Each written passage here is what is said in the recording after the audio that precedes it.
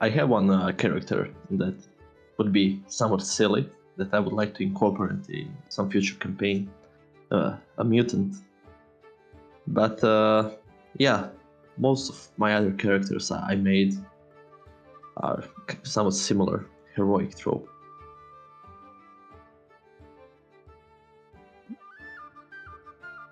Yeah, I mean, I don't mind like characters being a bit silly or completely silly when it's a silly one shot, but I find campaigns of just silliness kind of tiring. Yeah, I think just if it's constant. Yeah, I prefer it for one shots. Yeah, I remember the when we did the evil campaign, it just kind of no one was really serious, and it just kind of went down into chaos until we remembered what we were supposed to be doing. Yeah, but I mean that also happens when you have your brother playing. He's just over there throwing chairs at everyone. Yeah, I mean if I have problem in a game, I know exactly the kind of tone it's going to take. Has fun been in minigames since? Because I remember there was that one that he, in fact, there was the one with tact that he just kind of dropped out of partway in. Yeah, he was the I can't remember his character's He was name. the tentacle priest. Yeah, he had the axe thing that cut through realms. Oh, yes. He ended up accidentally summoning a monster, a big tentacle monster we had to kill. Wasn't he like the origin of Paladux? Or was it was Hentaku. Tentaku, yeah. Yeah. Tentaku. I don't remember when Paladux showed up. Was that during the Astral campaign? No, it was before that. It was around the time Hentaku was the thing came up with a bunch of gods at the same time. I'm pretty sure it was you that came up with it. I think he was It was a paladin with the one where I played Kristoff. Oh, no, he played a paladin with it, but we came up with Paladux before that. Yeah. Oh yeah. Paladux was like very early on, they got mentioned. It might have even been a different game they got mentioned in originally. I think we were just trying to come up with a good paladin god, and it just kind of came up. But then he made his proper appearance in the Astral Realms one when he actually went there. I just remember so many ducks in that one, I guess. I assume that was its origin. He'd better show. We ended on his scene, man. Like, he's got the gauntlet and shit. Alex, is Hypnos your character? Yeah, he was. You plan on playing him in the last session? We'll have to wait and see. Yeah, I mean, we can't have Salazar just like drop dead just so he can play Hypnos that time, so we need to see how it goes. But I mean, it's also an excuse for me just to ramp up difficulty.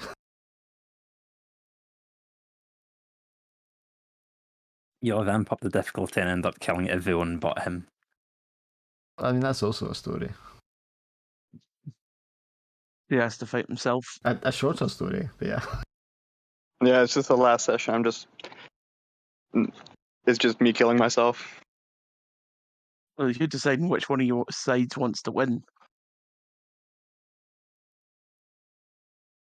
He doesn't decide it, the characters do. He just portrays them. It all depends on how Roll20 wants to roll for each of them. This is very true. Was it last game you guys were all failing all the time? Yep, last game I think the first 9 rolls were like less than 8. Yeah, remember, didn't I have to use all my rerolls in like the first 30 minutes? Yeah, something like that, yeah. Everyone used all their rerolls in like the first 30 minutes. Although I see Bird got a 6 near the end. Yes. Do you know something I have noticed? This is weird, and I don't know if this is intentional for them at all, but a lot of games, at the end when there's like a clutch roll to get made, the person will get a double six. It happens so fucking often.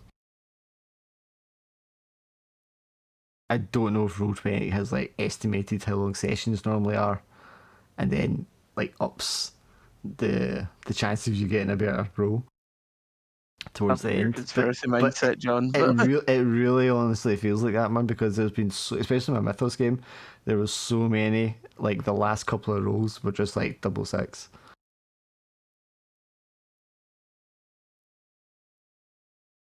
Yeah, Roll20 is just secretly spying on you through your computer, so it knows when to roll what rolls. I mean, everything else does. Didn't It's not that someone far. get a whiff advantage 1/1/1+1 last time? Yeah, someone did. I think it was Alex. I think it was.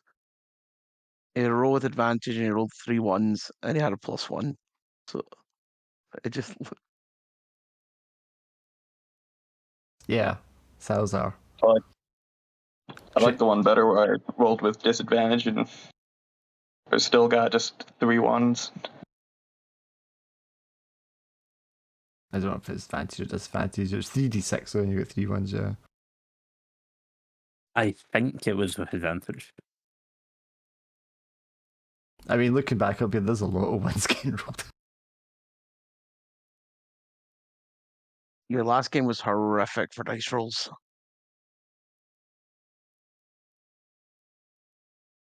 Like, I think last time as well, there was Evil when I went to hit like the head of the basilisk, and John said it was like forceful. I don't know. I think I'd go more quick, and I failed the roll because of that. Because I've not got a modifier on quick, but I've got +2 in forceful. See, this is why I love getting players to roll stuff. This is why I've been learning, well, relearning Call of Cthulhu rules to try and run that's a paid game and stuff, and I've ended up just sacking it because I just don't like rolling like opposed rolls against players and stuff like that, and then rolling for like enemies and secret and shit. I prefer to just let players do it all because then it's all their fault. And it just adds a lot more tension to the game, I think. My favourite ever was we were playing in person and Grav was rolling the damage for something that had hit him. And it was a d12 and he rolled a 12. And it Yeah, killed the him. grenade. Yeah. It was the grenade he threw and it bounced off the wall. No, someone threw a grenade, it bounced off a wall and back into everyone. And we were all like ducking for cover. He fails his dodge roll. Yeah. And So like, he takes the full blast. roll d12, man. Rolled. Like, you can roll a 1 or a 2, it's not so bad. And he rolled a 12. Oh, And it killed him. It was brilliant. Oh, he actually died to it. Yeah. Damn. Did he die twice that game? Because he got his consciousness put into like a brain box thing, so he was just like a voice in a box. But I think he died again, didn't he? oh no, that was that the one shot we played. Yeah, it was the blame one. Yeah, the Blam one. Yeah. No, that wasn't a grenade. That was like getting impaled. But yeah, he died twice, and Alan also died twice. Yeah, it was a good game. Yeah, the two of them died like right at the start, gets replaced, and then all 4 of us die right at the end. That was like by far my most lethal game. Yeah, you had 6 kills. That's why it was definitely. Well, the most lethal games are paranoia games where you kill like each person like 3 or 4 times. Yeah, but you come back, so it's not really the same one. Plus, I mean, that's the whole point of those. I have got my easier version of Paranoia done, and then I've got another version that I'm going to do where it's just like goblins working in a dungeon. So you're modding that for a Christmas one for Santa's elves. And then I'm going to do a Christmas one as well, which I'm going to get out first because I think that's a good cash in for Christmas. Yeah. And, oh, I'd love to play that game. And well, I'm going to have to run it, but Santa is going to be like this capitalist tyrant with a whip in his hand and all that one. Just making me Elon Musk. It's all fine. Well, no, he's going to be more competent than Elon Musk. Okay. He's going to be competent. So he can't be a capitalistic tyrant then, because they're all incompetent morons. No, he's a highly successful, competent one. But I like the idea, no, the elves are like communists, and they're like doing the communist rebellion against them and shit, man. And it's That is just. and I wasn't gonna have the bringing color. I wasn't gonna have the color coded, but then I was looking up like different way that Christmas elves are portrayed throughout the ages in different countries, and it makes sense for them to have different coloured uniforms. So there'll be like green ones, and then red ones, and then blue ones, and yellow ones, and silver ones, and gold ones. It fits it quite well. The only thing I was trying to think of, like how the elves get made, because you have to recreate your clothing, and when they die, they're just going to explode into a puff of glitter. But I'm not quite sure how to make them get born. I might just have them pop out of like wrapped presents or something like that. That's why I thought you'd have like a machine that just pops out a present and elf is born. Something like that, yeah. Fuck, he's not going to appear, is he, man? I hate every time without fail. It's the player who's holding the bag, so to speak.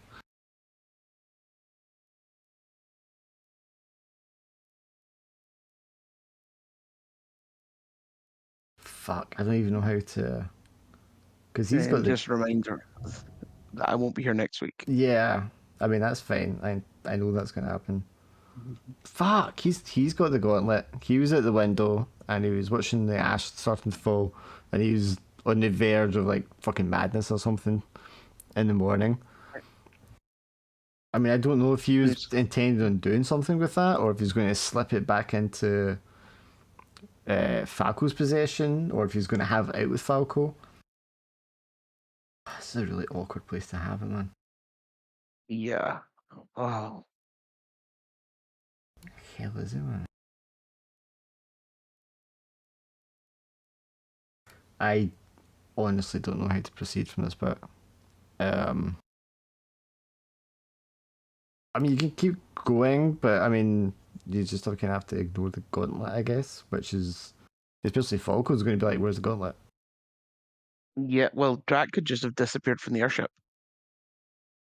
I mean, still be on the air. I suppose he could kind of be. Very He shadow could step stuff. disappear with the gauntlet. Yeah. He's just having a personal dilemma, and he's just left to think about it for a while. And then, of course, we could be pissed that he stole the gauntlet. Yeah, okay, so so let's get us onto the airship. So you can see in the map the ruins where we are, and Khin Uldar where you're headed to. I said before it'd be a couple of days, it's probably more like a day to get there on the airship. Because even if it's not going that fast, it's still going to cover the ground pretty quickly. And this is the best I could get for interior, I think. Yes, so I guess when you guys wake up in the morning, you're stationary, you weren't moving during the night. And when you wake in the morning, the top deck of the airship is covered in ash that's fallen from the sky, because you're under the cloud line. The skies are dark, where the clouds are dark. Full of like ash and fumes and sulfur coming up from this eruption that's just been streaming into the atmosphere during the night. And because you're so high, maybe you have to lower your altitude a little bit, because you know the fumes are so noxious. But yes, you wake up. I keep calling you Falco. You're not called Falco. Rise. Rise. Yeah, sorry. Because we were talking about it before. But Rise, yes, you wake up and reach down instinctively, and the gauntlet is not there. I immediately stand up and start looking around the room. As I see it's not here, I get out of the room and recklessly rummage through the ship looking for Jokan, because he's the only person I don't trust on this ship. Sure. And, you know, right away you notice that there's hints of that demonic energy of his kind of, you know, left in certain places and corridors and rooms where he's been, presumably. but he doesn't seem to be anywhere on the ship that you can find. Although it is a large ship, and it's possible he's moving around and you just can't like locate him. And of course, I would feel the huge mana presence from the gauntlet, and there is no trace of it. Yeah, correct. And the other thing is, which is even weirder, that how could he even leave the ship if he just went off? He would die from the fall. Maybe he went mad. I don't know. I mean, you have seen I'm him go- shadow walk, but I suppose you don't know the full capabilities of it, perhaps. Yeah. So my guess is that he either went mad and dropped from the ship, and or that he somehow managed to get away with the gauntlet. Do you want to give me a... I mean, you're running around doing this recklessly, you said. Do you want to give me a quick roll?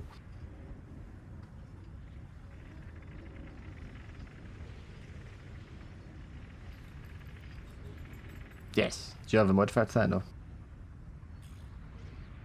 No.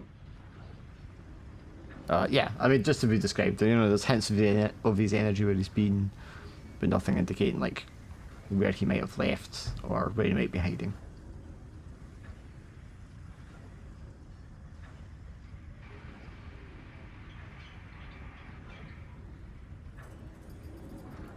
I guess when the rest of you wake up, Rise is like, you know, flipping things over and running around in a panic. Ricardo's going to be walking around in a bathrobe that is holding a cup of coffee that no one knows how he's got or how he's carrying this bathrobe out. He's going to go out in the deck and see all the dirt and the grime and the ash and just over the ship. He'd just be sad because oh, more cleaning to do.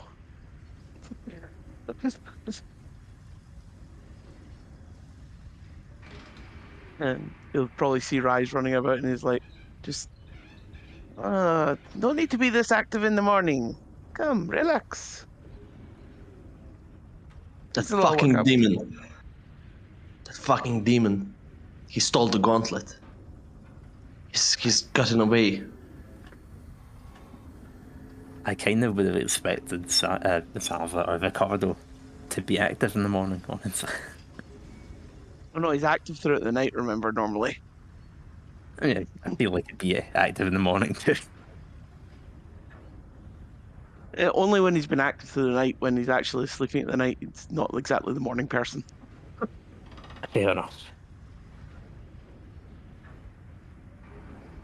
He's got to have his coffee first. Yep.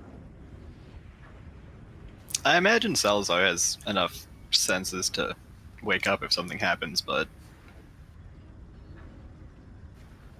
probably just sleeps until he wants to wake up.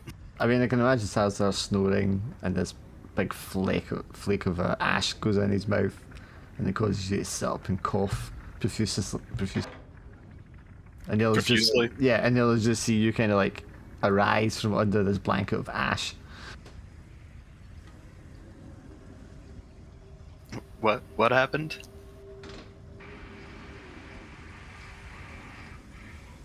Demon took the gauntlet. He's not here on the ship.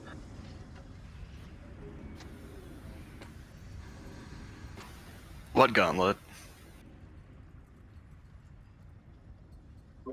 The gauntlet. The cursed gauntlet. The gauntlet that gave me this on my forehead. Oh, that gauntlet. I don't know where it is. Oh, I never noticed you had something on your forehead. Forget about my forehead. The gauntlet is not here, and that gauntlet is potentially very dangerous, especially in the hands of a demon. Calm down. We'll help you search.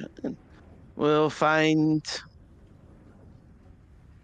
our good friends Durridam and Drakan, and we'll get to searching.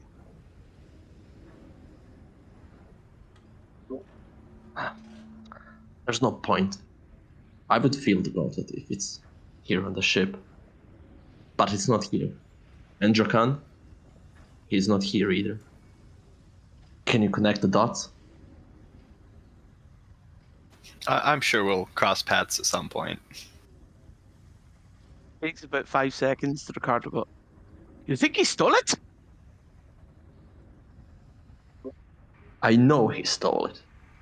There is no other possibility, you see? Yes, yes, I see you coming to the conclusion.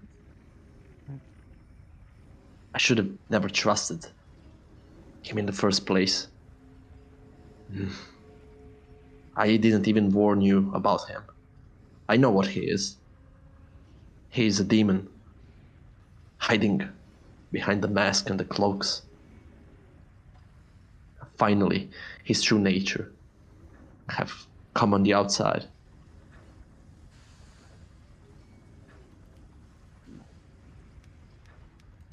Couldn't resist the dark temptation of such a delectable item.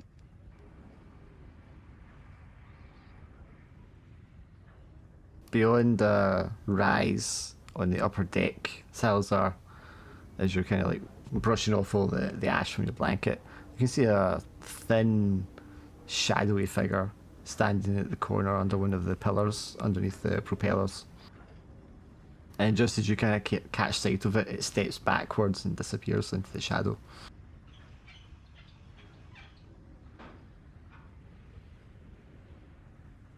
How busy are those two arguing?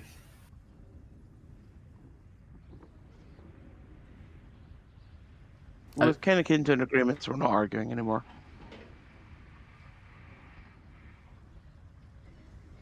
I mean, if you're talking about how oblivious they are to things, Ricardo's completely oblivious to everything anyway.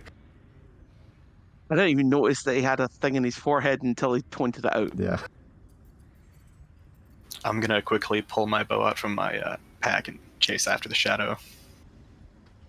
Yeah, I mean, the time you pull it out, aim it, run over and look around and look for tracks in the ash, there's nothing in the ash there. Nothing was standing there. Nothing has disturbed it.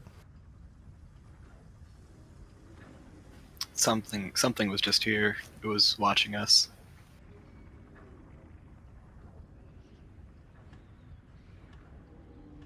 What do you mean by something? It was like a shadow, and then it just vanished when I turned around. A shadow. Are you sure? Drakan used to travel through shadows. I think it might be him. Just lurking around. If he were on the ship, I would feel his presence. But he is not here. That could be even someone else. I Maybe don't it know. was that other demon you talked about. Maybe. We should be on our guard. Especially with Drakan and the gauntlet missing.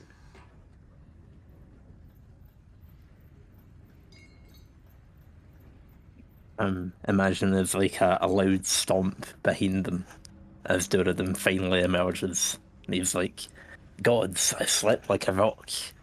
What's going on here? It seems Drakan has betrayed us and is stolen from our good friend Rise here. I'm sorry. Stolen? That engine totally killed me. Intro is brilliant. Wait, stolen? What's he taken? Where could he have gone? That gauntlet that hurt you. That thing's worthless. Well, it could be extremely powerful in the right hands. And he just kind of chuckles like hands. Because it's a gauntlet.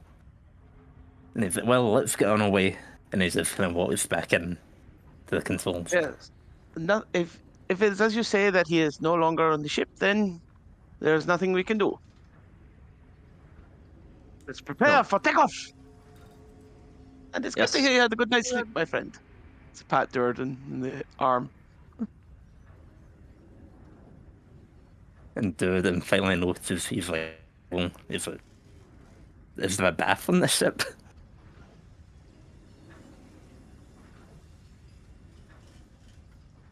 There would certainly be bathtubs, yes. I'll have to check them out later. Before Was we... Durden asking? Yes. Yeah, There are plenty of tubs. Like, I had a nice, relaxing soak last night. It's glorious. Oh, I'll show you. Although I'm not sure there might be any of ones of your stature. What about I anyway? Beyond that, I can use them as a bucket. Uh, good joke, my friend. Come, let's fly.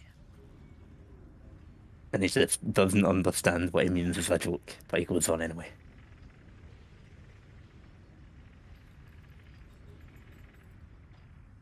So Durridam, you're going back to the control room to activate, I guess.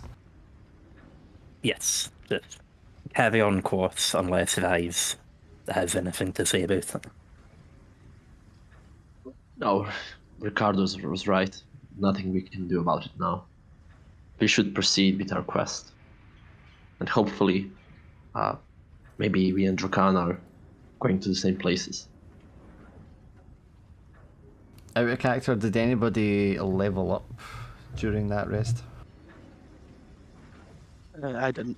I have enough to tick. So you had enough to, but you were just thinking about it still? I had enough to, yeah, but I'm not entirely sure what I'll take, so I might just wait for now. Sure, just whenever it feels right, you can just pop on. Yeah. Yes, so use set in motion as dawn breaks. The sunlight is muffled from the ash and the fumes. You don't go above the cloud line if you can help it, because up there it's probably even worse. As well as the air's thinner and it's cold there, and it's not ideal to go that high up anyway. And you make good time.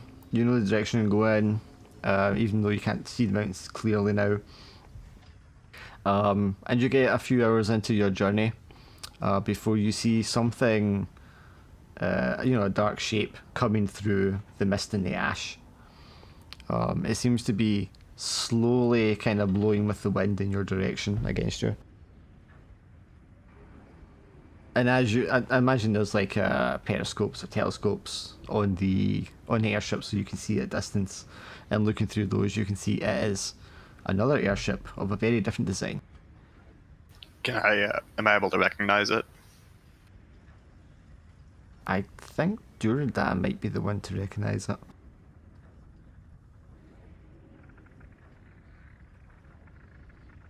Would I? If it's Dwarven.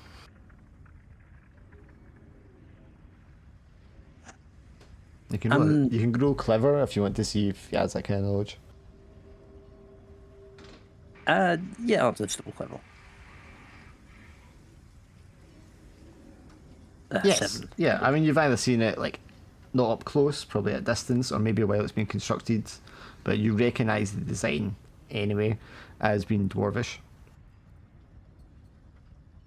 And this thing, it's not going any speed, the propellers aren't going, it's just kind of listing, floating along, at a level kind of slightly below your altitude. There doesn't seem to be any signs of activity on the deck, as far as you can see through the telescope. Durridam suddenly just looks a bit deflated, and he's like, I thought that I might have been the first Skyfaring dwarf, but I've just remembered I recognise some of those parts. There might actually be dwarves up here with us. Do you think we should aboard them?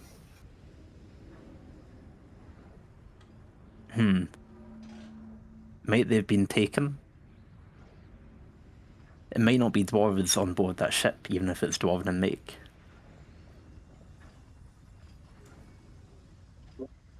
And the signal to See if they are your comrades or not. No, do not sound off the signal yet. We should check if we have some weapons on our ship. If this ship has some integrated weapons inside, it is possible. It could be a warship.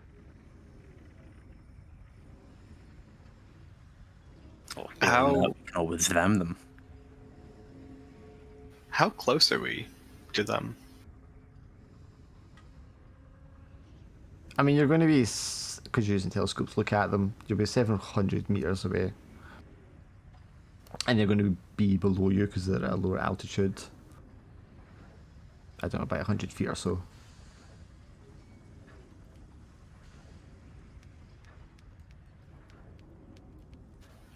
I'll go scout ahead.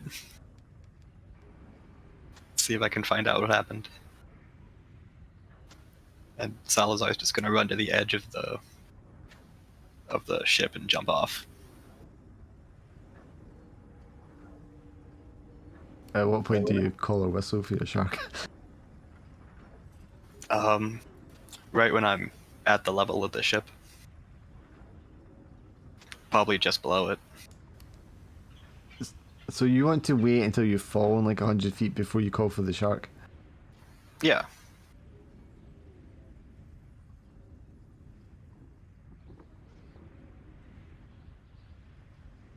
I suppose it depends how your shark moves through the air, really, but okay. That seems kind of risky and showy. Do you want to roll flashy for me?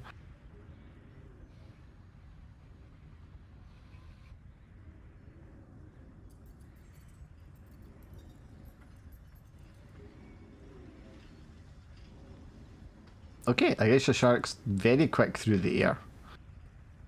And is able to dive down 100 feet and still, you know, catch up with you. And allow you to land on it safely. The shark's just so used to him pulling this kind of thing that it was already moving before he called it. I guess Yeah, so. it heard me. It heard me shout something stupid and knew it had to be ready. God damn it, He this probably guy again. screamed as he jumped off. He probably screamed as he jumped off the ship. Like, The- no! You know, he did the sound that Goofy makes when he jumps off things. Yahoo! Yes, okay, so the shark comes in, swoops down, the two of you kind of like curve upwards in line with the other airship. You can see, you know, like just going by it, the deck is empty. You can see that the tethering is there. There's like a steering wheel, ballasts, ammunition loaded up next to a cannon, various like rigging and stuff lying around, but there's nobody there. There's no bodies. There's no signs of blood. There is stuff that's been like knocked over, but I mean that might have just been knocked over with the wind.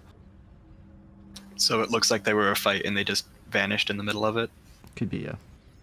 I'm gonna...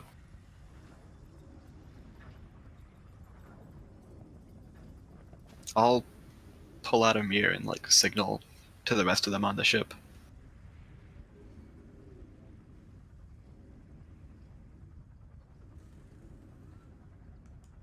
Just that it's safe or something, or there's nothing here. Yeah, I mean, I guess Rise would be the one to see the reflection, the flashing of the mirrors, because the other two are too oblivious. I like the idea more that they see it and they just kind of like squint and cover their eyes. Yeah. Batting it away, like, get out of my face. And then I after- started. Go ahead. Sorry, you go. I was just going to explain why Ricardo was distracted. He's basically just going to be looking up at the sky, trying to find holes in the ash cloud.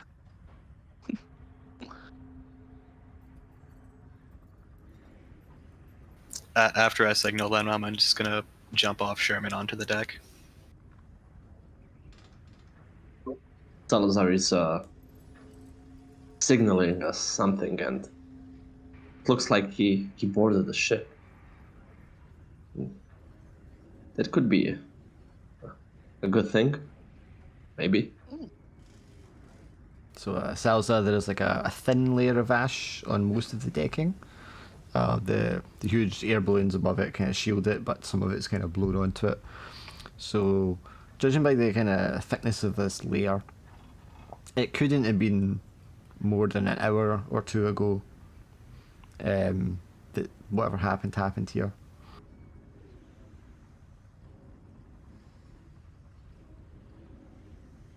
Is there anything that just looks like it doesn't belong on a dwarven ship? Give me a careful roll.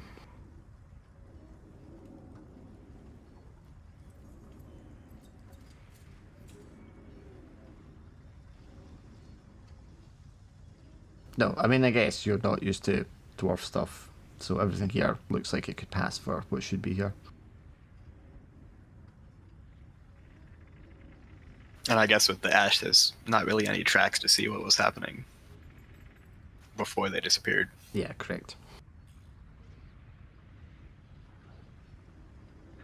But of course, there will be like hatches and a stairwell that would, or a ladder or something that would take you to the lower decks.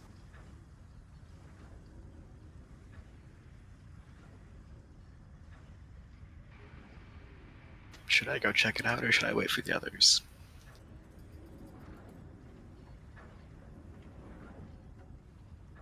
I mean, I'm sure Alan can tell you it's a great idea to go in places alone.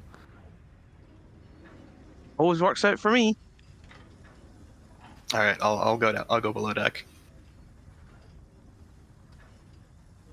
Yes, you open a hatch and a flurry of winged figures about half the size of you come streaming out from below the decks, shrieking as they do so, and raking their claws up the front of your body. Roll defense. What's happening? Curiosity is about to kill the cat.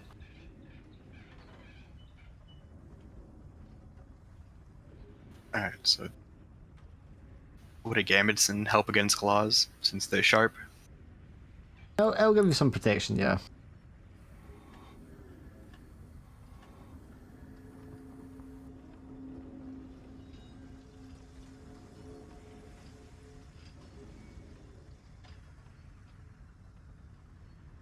Oh, that's pretty good.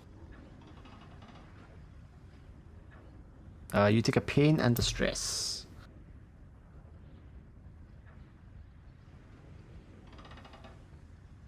So these dark, scaly creatures with bat-like wings, long claws, demonic red eyes, just kind of like shriek and tear upwards past you out of the hull. The rest of you, if you're watching, you can just see this swirling swarm just like cloud around the other airship.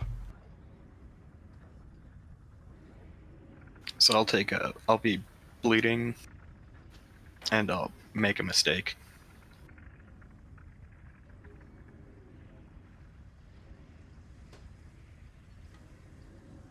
The let's say mistake is you knock over like an oil lantern that spills across the deck, and a streak of flame goes across the decking.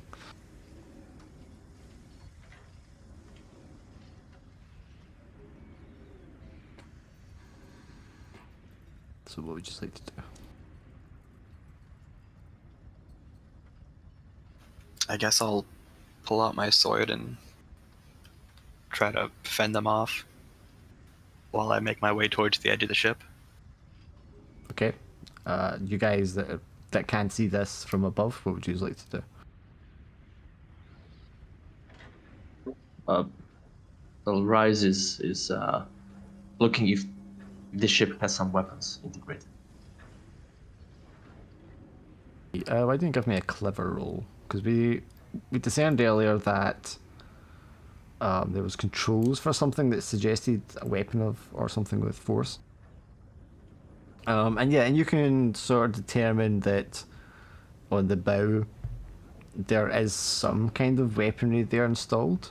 It's like worked into the architecture very finely, and it's hard to tell it's there, but obviously you're close proximity to be able to study it. It's of a design you're not familiar with. You're not sure how they would operate or if they even can operate. but then the operation of the airship so far has kind of puzzled you anyway. Yeah, well, anyways, the moment I realized that it could be some kind of weapons on the bow of the ship, I'm gonna approach Durridam and ask him if he can play around a little bit to see if we can activate some kind of weaponry. I can give it a go. Well, are we going to fire on it while Salazar's doing there? Well, are we aware that Salazar is fighting? I missed this part when he was attacked. I mean, if you were watching him to see his signal, I think you would see through a telescope. You could see he's down there. This cloud came up, and he knocked something over. Now there's fire on the decking as well. And that's on the other ship. Yes. Yeah, Durridam has not seen this. He just knows he went down. Well, anyways, whatever is happening there, Salazar can get back with the Sherman. We should guard the line and play with the controls and give him opportunity to come back on the ship so we can help him out. Right, so shall I test this or shall I line up? Like, should I aim first or should I just test it?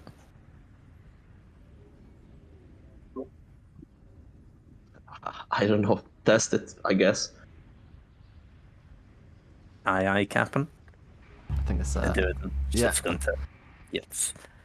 Okay, are you Yeah, going to like try and figure it out and gauge it, or are you just going to hit the sort of sigils that you know are associated with it? I think it'd kind of be in sequence where, like, I don't know what side of us the ship was on, but for instance, he would try hitting fire or force or whatever it is, and if that doesn't work, he'll try hitting like force and like port or starboard. I'm Stuff like that. just trying to judge if you're being sort of careful and clever, or if you're just like whacking it. Like the first two things he's got to guess what they might be, but then after that it's just going to be whacking it. Okay, so let's go for a clever first of all.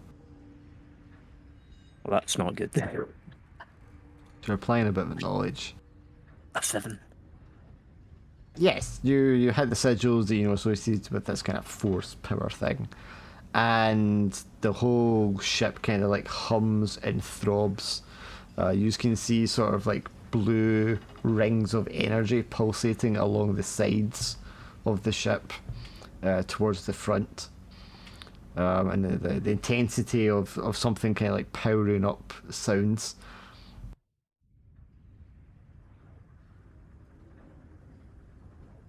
And do them just looks around. Did anyone see anything? I don't notice any different. I think There's he'll have heard the sound, but he'll have not seen any. Yeah, and then at that point the whole ship just like shudders, and it's not really an explosion, but it's definitely like a sonic boom kind of sounds as something happens at the front of the ship, and your vision is just like lit up as if a sun just exploded, went nova. It blinds you for a few moments in white light, and it takes a moment for your vision to kind of come back to normal. For you too, Salazar, when you're down there on the ship, you know, your vision just goes like blinding white for a few seconds. That mountain in the distance suddenly cratered. Did it hit the ship? No, I mean it just went in a straight line in front of the other airship, which is above where you are anyway. So it didn't hit anything; it just struck across the sky. And I think Durridam would have been expecting it to come out the sides of the ship.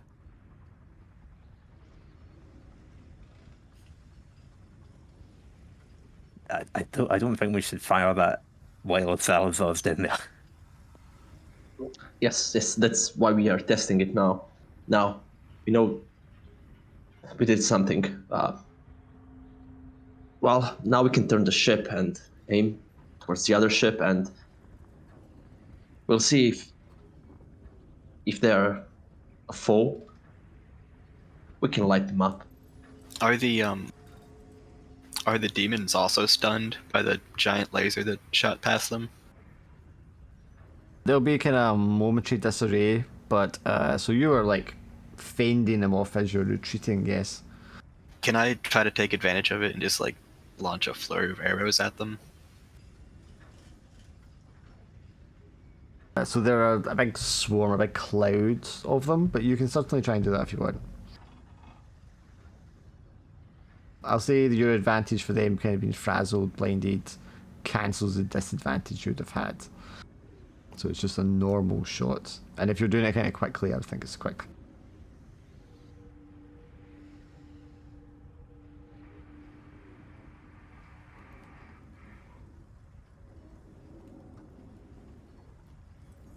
Is that your 11 there? I need to think. Oh, and then -1 for my bleeding from last time. Okay, so just a flat 10.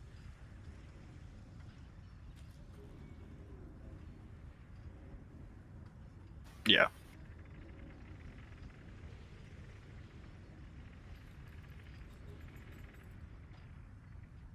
Yes, you like loose some volley of arrows into the confused, discombobulated swarm, and you definitely pierce quite a number of them. Let's say you let out what, half a dozen arrows in succession, and each arrow strikes true and goes through one of their chests, and their bodies like fall onto the deck.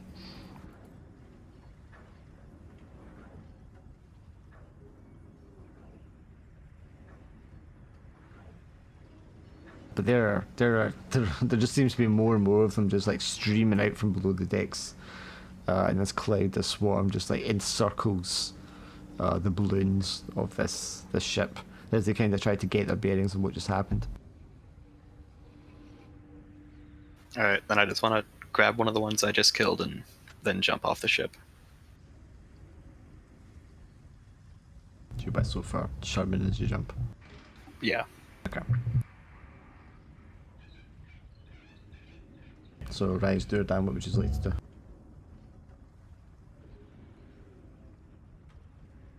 I think we'll just lower down, or Durridam will lower down to angle up, and just aim this fucking huge cannon against that ship. Okay, so kind of spinning 90 degrees or 45 degrees, however much it is, to line up your bow. Yeah, but I think it'll be careful because we'll be making sure Salazar can get clear before we actually fire the thing. Sure, and you're also trying to do it at a rate that, you know, doesn't Capsizes. send you tumbling to the ground or something like that if you descend too quickly or something. Yeah, so do you want to give me a careful roll? And then once you're in position, are you just like hitting the sigil to fire it again? It would be once we see him get clear, yeah. But I failed anyway. Does your background come into this at all? I mean, I guess created could if it's to do with. I mean, I don't know if Durridam is from the same civilization as this ship.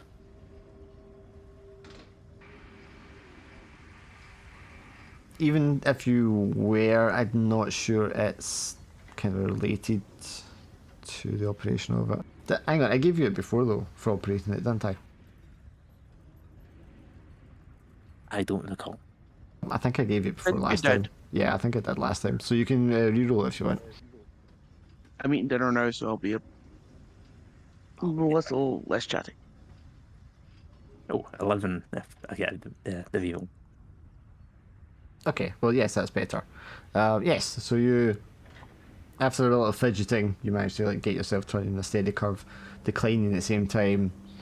You can hear again the throbbing, the pulsating, the hum of the thing powering up, and then there's a moment of just nothing happening.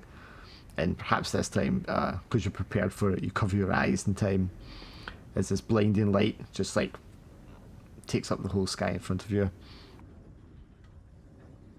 You pull your eyes away for a second later, you just can see there's like this huge hole in the swarm that's just been like torn right through it. And there's nothing there, there's no bodies falling out the sky onto you, Salazar. Whatever the beam hit, it just incinerated. but there's still quite a few. The swarm is, but it's about a third of the size it originally was. And once it's recognised the danger of the other ship, that's when they stream off towards your airship that you're on Durridam.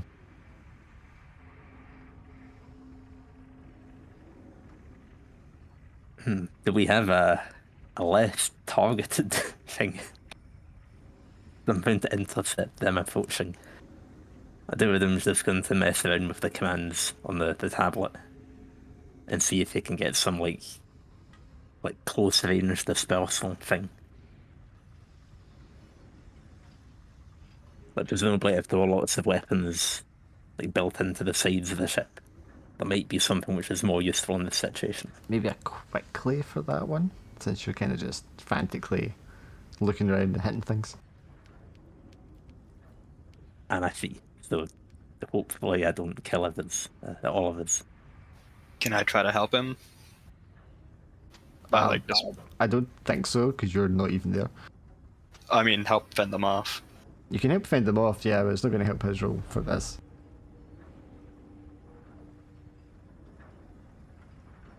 Yes, you're like flagging around, you're hitting buttons, all the kind of things that are associated with what you now know is the set of weaponry sigils. And the whole deck that you're sitting in lights up red. And starts to pulsate slowly.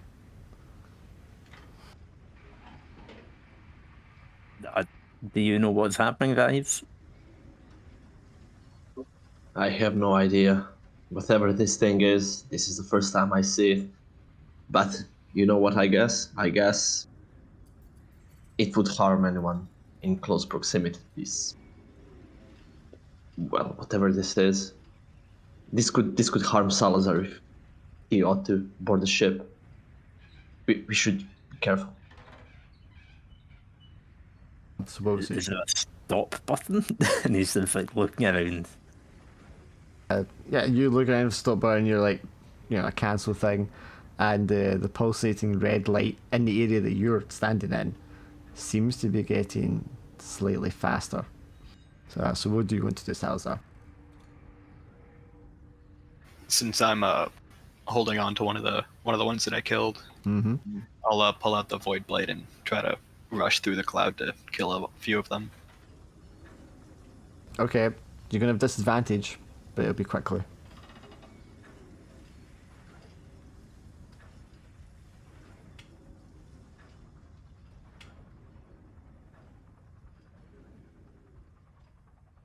Four. You better roll defense.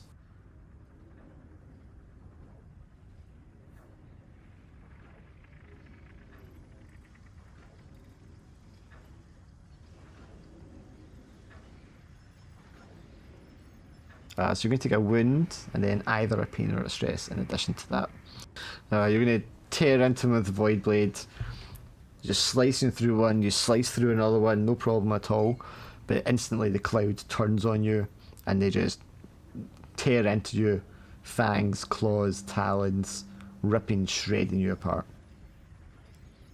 Alright, so I'm bleeding heavily. And I guess I'll lose my footing, so I fall off Sherman. Okay, but you do have the safety harness, don't you? So Yeah. although you're kind of dismounted, you're still hanging from him by like a leather strap. And imagine he kind of like pulls away out of the swarm to safety, and he's also like raked with claws down the side of his body. But they don't pursue because they are still focused on the main threat, and they approach and land on the airship and start looking for entrances to get into the interior.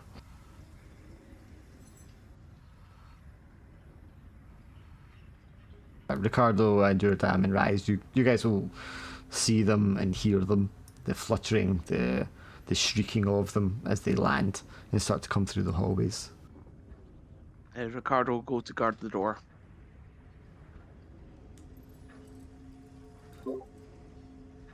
Line up.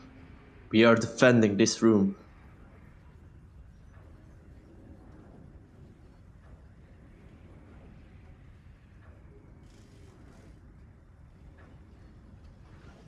Okay, so are you just standing at the door or what?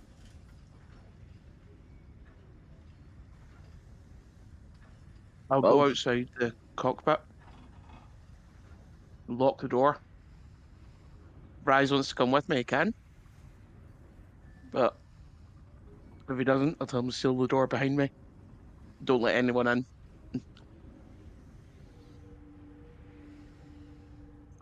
I'm gonna join you. Before I do, I tell Durridam to. The ship is your captain. Do what you can to fend off these creatures.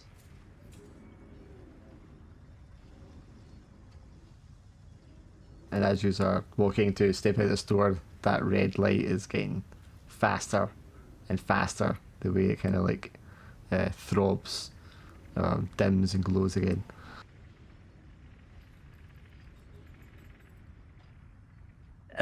If Durridam moves, does it move with him?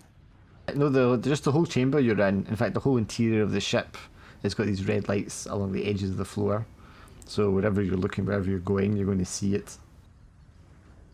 I thought you meant it was around us specifically, rather than. Oh no, just around the Yeah. interior of the ship, around the room. I get the feeling neither of us should stay in here. I think What you- I'm just gonna follow after them. But either way, I'm not letting you defend the ship on your own. You need to do something to stop the flashy lights. We'll hold them off. Two of them just kind of groans. I've no idea what this thing does. All right, I'll go back to the console.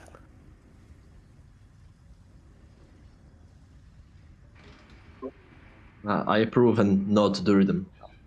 And I turn to Ricardo and tell him, let's see what you got, Ricardo. After seal the doors, just draw a dueling rapier. Point at this guy like, to battle.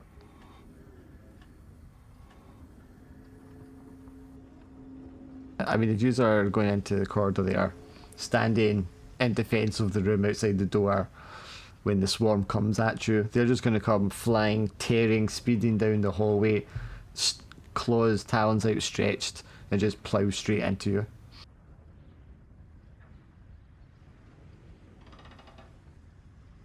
So, how would you like to react as it's coming towards you? Well, first thing, as they move as a swarm towards us, I'm gonna. Is there something I could throw at them? Something big with telekinesis? I mean, given the ornate nature of the airship interior, you tell me what kind of thing you would want to lift up. There would be like benches and potted plants and stuff, consoles. Well, as they're coming at us, I'm just taking things and throwing them, doing as much damage as I can before they hit us. Sure, you can do that. And you're going to have disadvantage.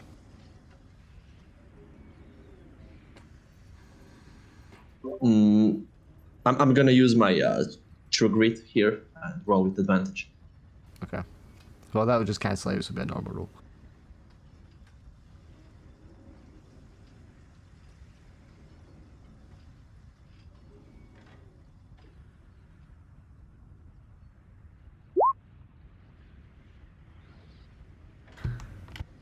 I used 4 mana. Oof, that's a lot. Okay. Yes, I guess you're going to do that. Ricardo, are you doing anything at a similar time? He'll declare a small blessing to Euphoria. Like, oh, Euphoria, give me great strength. And then just dive straight into the horde and start like trying to hack up as many of them as quickly as possible. Do you want to give me a forceful roll then?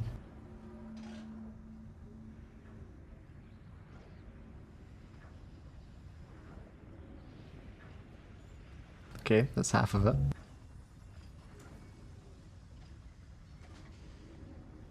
No modifier for forceful. No modifier. you want to roll defense for me, Ricardo?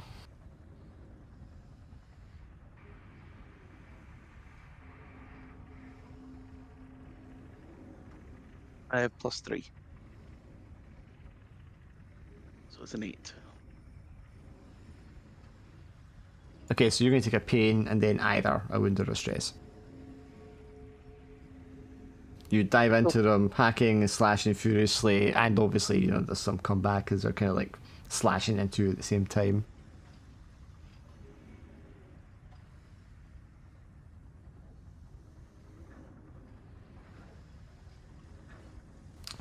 Which wound pain stress you taking?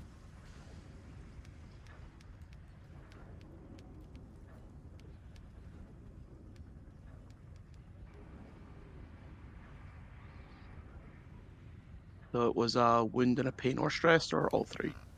Wound and then either a pain or a stress.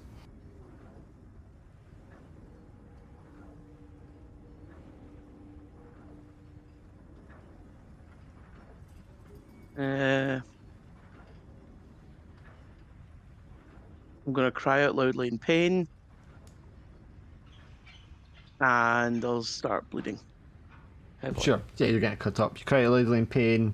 You duck just in the nick of time as this massive stone and metal, like, sitting bench just comes hurtling down the corridor behind you, slamming into the rest of the swarm, crushing them against the far wall.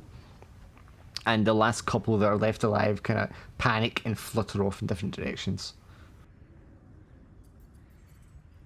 And the swarm is defeated.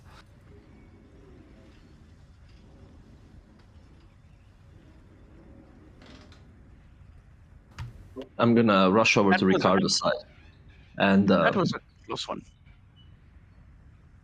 I'm gonna give him a hand and check his wounds.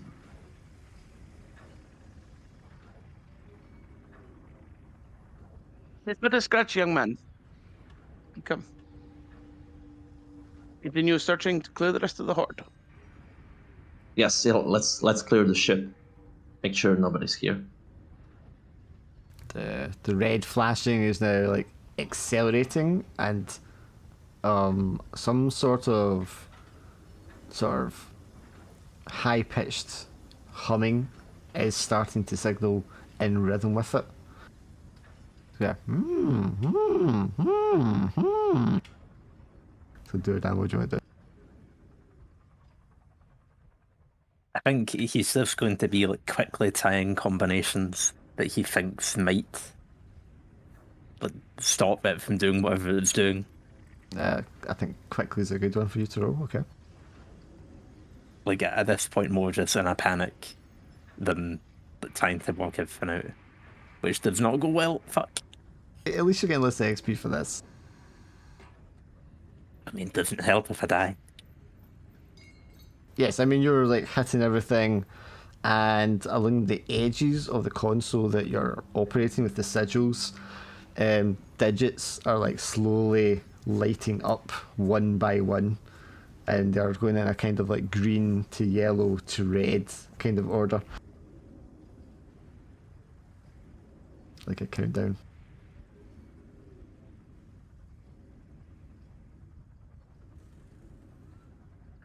I've been trusted to try and work this out, so I'm gonna keep tying to until it does whatever it does. Okay, unless you can like come up with something drastically different in your approach or what you're doing, I can't give you another roll to try it.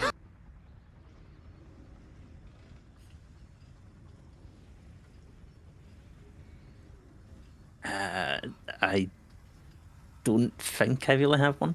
See, when we were operating this thing to begin with, Yes. and we worked out various different functions of it, and there was like a power up, then the directions and all that. Did we find out one to turn it off? Oh, I mean, you got ones to kind of bring it to a halt, stop it, yes. And you've been hitting that, but it doesn't seem to affect us. So there's not one to remove power from it entirely and then turn it back on, kind of thing. If there is, it must be some sort of complicated sequence that you don't know or can't figure out. And was the red light pulsing in the entirety of the inside, or just this one room? The whole ship. Oh, It's clearly counting down to something catastrophic.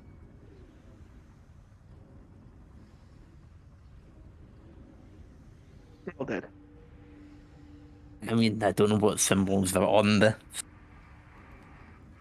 So it's difficult to work out what kind of other approach I could take. Yeah, so I don't know. Maybe you want to get out of that. It's just weird we go out of.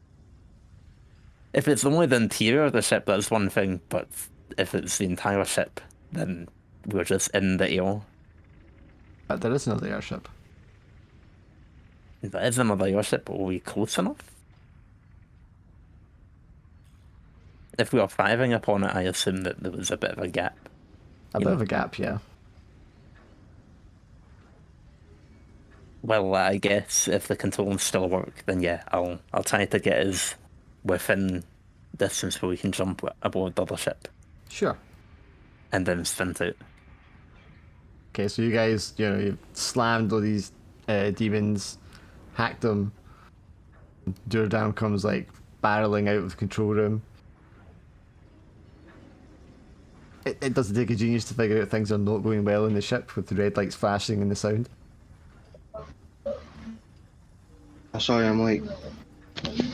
Time got wait for me. Okay, so Drac, I just had it that when you had the gauntlet thing, when they woke up in the morning, you just weren't there. So you shadow stepped off somewhere with the gauntlet. Although if he was hiding somewhere in the ship, this would be a perfect time for him to... yeah, I mean, yeah, so acknowledge. you shadow step back onto the ship, red lights are flashing everywhere, and it's making a high-pitched kind of noise. And there's bodies of squished, bloody dead demons all over the interior. Oh shit. Okay. Do I see Jokan? I mean, I guess if he steps out of the shadow at this point, yeah. Well, y'all guys can continue. Give me like a few minutes to get ready. I jumped like straight into Discord because I realized I was late. Sure. Well, anyways, as soon as I see him, I'm gonna slam him into the wall with telekinesis and pull my sword. And as he does that, I'm going to grab Rise. Like, no time for petty feuds. We must evacuate. And then Durridam's going to run past and grab Ricardo. It's like- so he's like pulling Ricardo along. Ricardo's got Rise by one arm pulling him along, and Rise has got Draken by the collar holding him. Yes. Yes. Pulled along through the air. He's get pulled out onto the deck. You see Salazar on the shark. And you just see ahead of you the other airship that your ship is, gliding towards.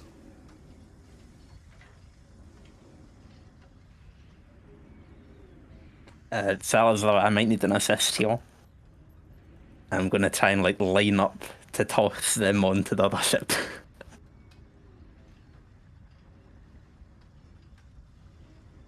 Don't forget the other ship's on fire still. Yeah, but it's not doing whatever I was doing.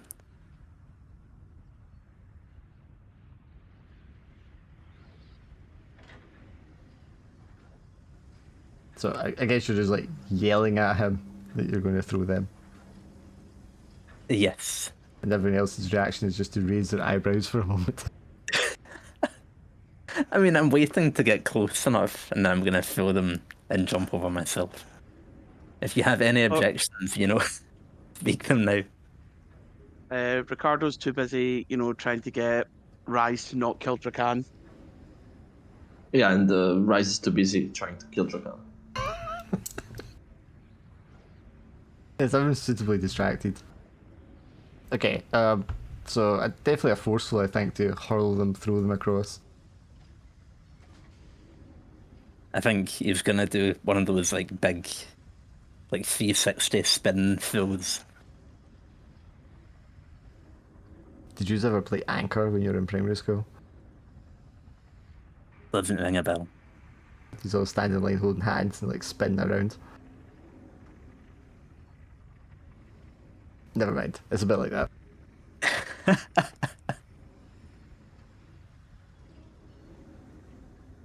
Oh no, it's a 12. Yes, I mean you're a very big, strong thing.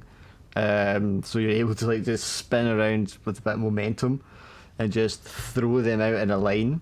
They probably all let go of each other as they kind of like fly across. But you aim it perfectly. You get the right amount of strength so you don't go too far, and you'll just kind of like slam into the burning deck of this dwarf airship across the ahead of them. So your ship is now absolutely wailing with alarms and klaxons. It's within jumping distance. It's a bit of a long jump. It's still within jumping distance. But of course, once you get over there, you're going to have to move the other one out of the way quickly, or your ship's just going to crash right into it. I hope I'd hoped I'd targeted it so we'd breeze past, but okay. At least the other guys will be able to like use that ship a wee bit. I'm demoted from pilot decisively.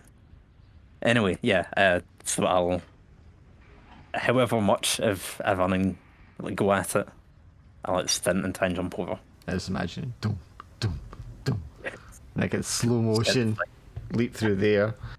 What do you want to try and roll for this? I mean, I'd like to make an argument for the power in the jump, but I could just go with quick. I mean, you're not trying to. You could go with either because you're trying to beat the crash, but also just leap full strength also works for me. So I'm fine with either. We'd also do clever because he's got to aim the jump. I think we've seen that clever's not his strong suit. If only I could think of a way for it to be flashy. Does it Superman land on the but no, I think probably go with like just get a really hard jump off. Like maybe even if it was at all feasible, if I could push the ancient ship off course a wee bit, that'd be good too. Just so we don't blow up.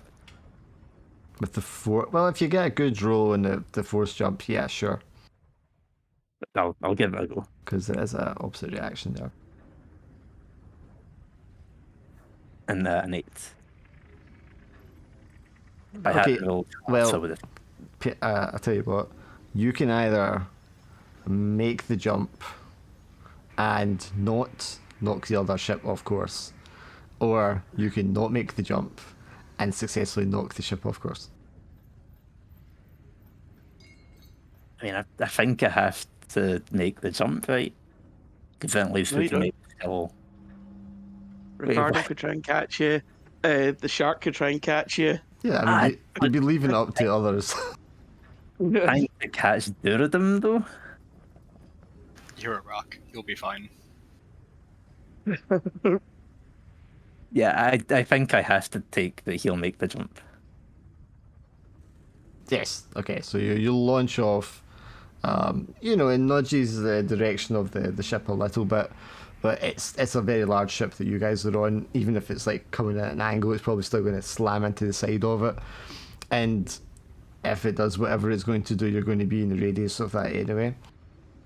But yeah, so you leap across and you like smash into the deck. You probably like crash through the deck into the lower deck with the weight and force of your body. And being weakened by the fire. Yeah. Do I see the ship that we were on glowing? Is it glowing on the outside or just the inside? You can probably see through the windows. You can see the lights. Yeah. And you can hear the klaxon. You can definitely hear the klaxon. Alright. I'm gonna try, seeing that they're about to crash together, I'm gonna pull out my bow and try to pop one of the balloons. So it falls a little bit. Okay. Gonna crash two ships. I think that's a forceful.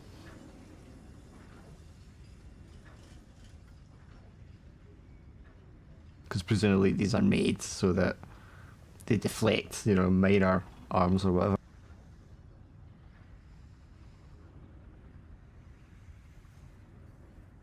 Sure. You manage to hit it. It's not going to pop it, it's going to put a hole in it, and it's going to slowly sort of deflate. So, they slowly start to list down to one side. And then, even slower, start to descend.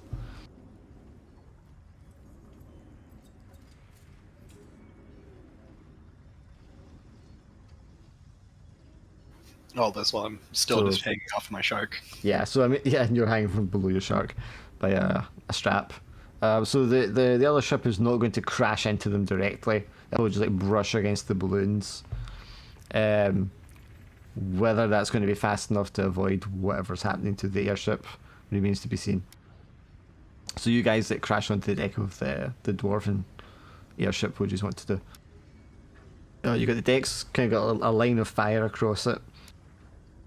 There's a big hole in the deck where Durridam fell through. And the ship above you, is still in a fairly close proximity. Yeah. Well, Ricardo's going to look for Durridam first. See he's crashed to the floor and make sure he's okay. Are you alright down there, my friend? You just hear his voice kind of echo up through the ship. Worry about our ship? Which ship? Which one is ours now? This one.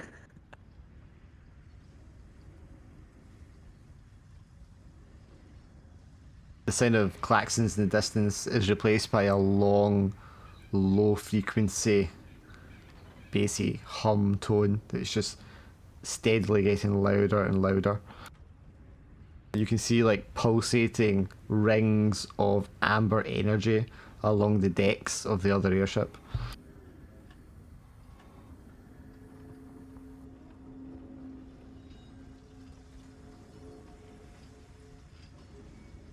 Well, Ricardo's going to try and put out the fire and then bandages himself up. What are you putting the fire with? You just stamping it on your foot? I was going to hope something in my adventuring gear. Okay, that could work. What have you got?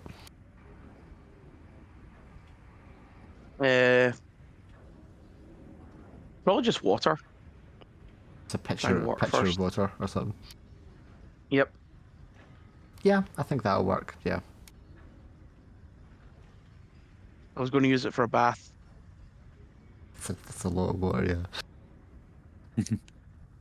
Yeah, you get a small barrel of water, I guess, because it has a barrel of ale as one of the options, I think. Yeah, I'm sure you can whip that out and just start dousing the remainder of the flames with the water over your eyes. Or are you waiting for Rack to get back so you can lecture him? Well, as I realize what's happening with the other ship, that ancient one, I'm going to look for cover. In case it explodes, I don't get damaged. So we have a wheel for steering the ship. Directly behind that is a long horizontal pole, which is for tugging at different rudders and stuff. And then there's hatches, the hatch where the all the demons came out of. Ladders going down there, and there's a twisting stairwell as well, which takes you into the lower deck if that's where you want to go. Well, actually, if I have enough time, I will go for a steering wheel and try to get our new ship away from the ancient one. Sure. So you run up to the wheel, just grabbing it one hand and just spinning it off to the side to try and take us away. Give me a quick clear roll. Yes.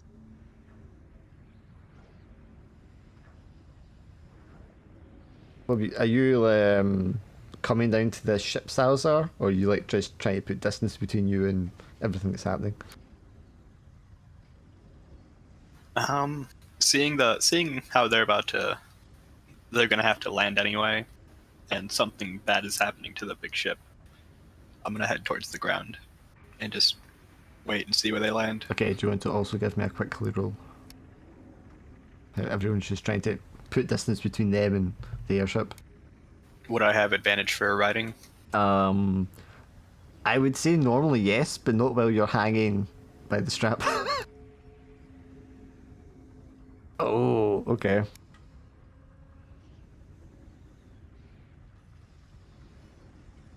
I guess I probably have to do a reroll, don't I? If you have one, it might be smart, yeah. Because you already took a bit of damage. I guess would Traveler work for this? Have you got one related to your beast? Beastmaster? Yeah, that's the one. Oh, that's much better. Yes. Okay, so I'm picturing you're able to just like tug on the strap. Your shark kind of like spins around downwards and like comes underneath you, so you're sitting on it again, and the two of you just go speeding diagonally downwards, zipping past the slowly descending dwarf ship, which turns itself off to the side, and it's also kind of descending down at an angle away.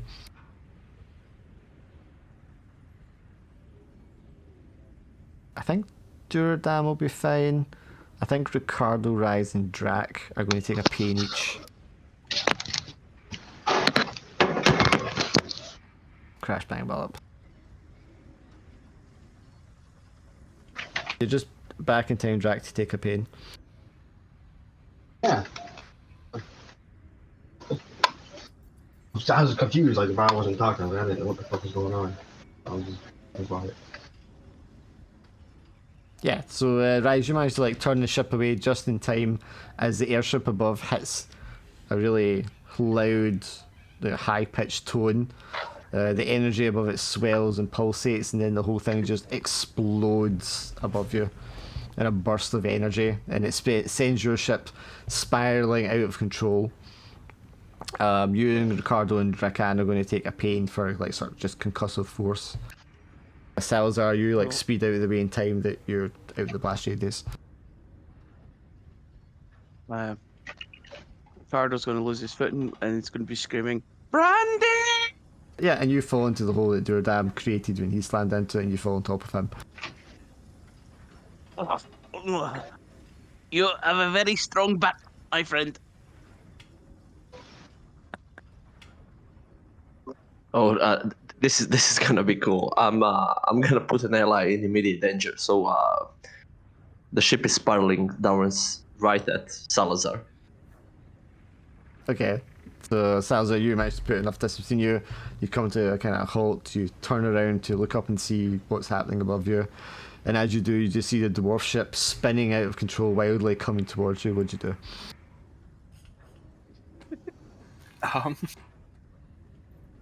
I guess we'll try to dodge out of the way. So quick, which should be fine for you, or not. Or would I have advantage for this since I'm back on the shark? Sure, why not? It didn't help. I was confident you were still going to feel it. I hesitate this. Sorry. It sounded cool. Do you want to roll defense for me? Your armor's not going to do anything. God. I'm just crushed under the falling ship. My shark just starts trying to chew its way out after it lands on top of us. You're going to take a wound, a pain, and a stress. As the dwarf ship spins around and just slams into you and the shark. Is my arm still broken? Unless you've done something to make it unbroken. Then that would be a gut check. I figured it would be a... Oh fuck. All right, so I'm already bleeding heavily, so I'll break another limb.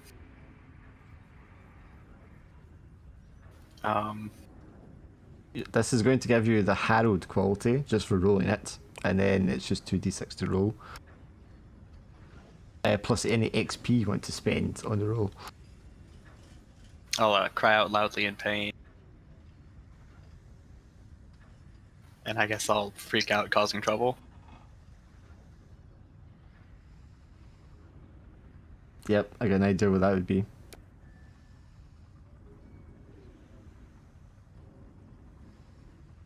Okay, let's see your gut check.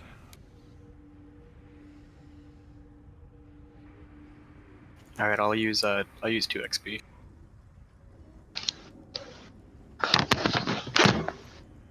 That's not so bad. You stay on your feet for now. You just take the harrowed quality. Yes, right. So you know, steering out the way, the blasting is spinning. You slam into Salazar. Salazar, you're like clinging on for dear life, trying not to get knocked unconscious, trying not to fall off your shark. Sherman is enraged by this. He's been ripped by all these demons. He's been concussed. He's scared by all the flashing lights and sounds. This ship is slammed into the side of him. He spins around the side of the ship and comes tearing in towards Rise, who is gripping onto the steering wheel. And Rise, you just see this massive shark with its mouth open coming right towards you. What'd you do?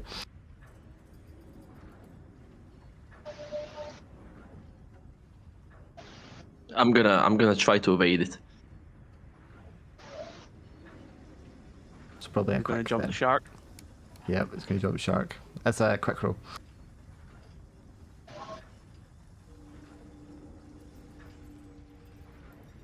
Oh, so then roll your defense.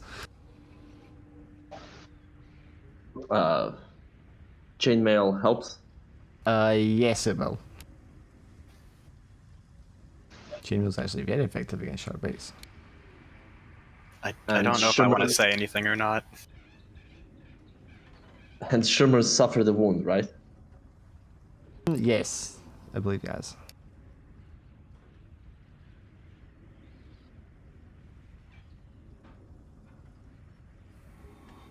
I think Sherman is probably Sherman- weaker than you because you're planar, correct? Yeah. Okay, so you're going to take a pain or a stress.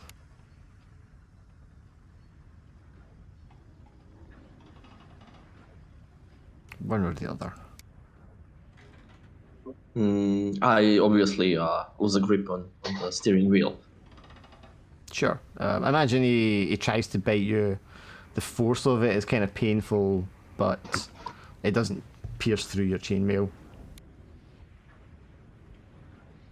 Until Salazar's able to kind of wrangle control of him again.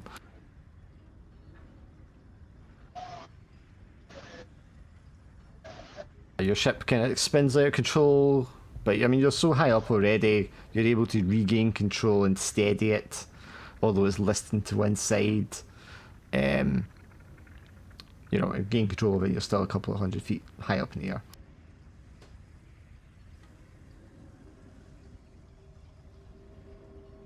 And yeah, I'm gonna try to ease our fall somehow. I don't know. We'll look for a soft landing. Yeah, I mean, you are quite close to the mountains now. There's just like the foothills. So I mean, you could either aim for some trees, but that can be dangerous, or you can try and like just kind of softly bring it into the foothills in a sort of open grassy area. Yes, open grassy area.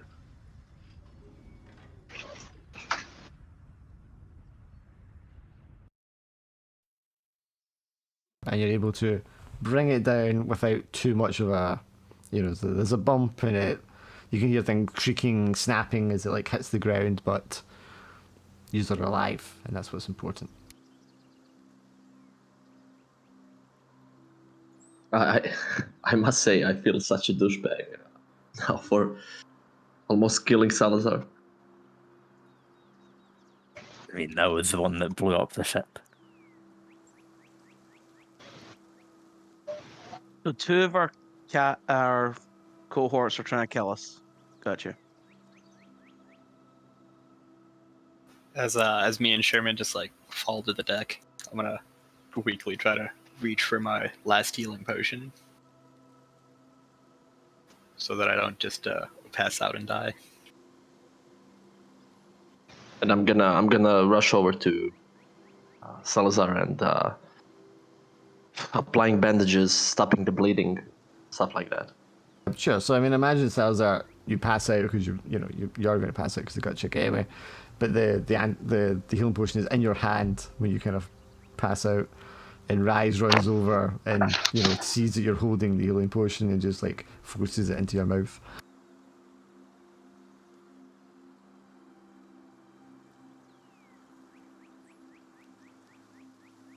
So two Now I'm gonna wounds, bandage. all your pain. At this point, as we've landed, I'll start bandaging myself up. I'll also look at Durridam, see if he's got any wounds that needs bandaging.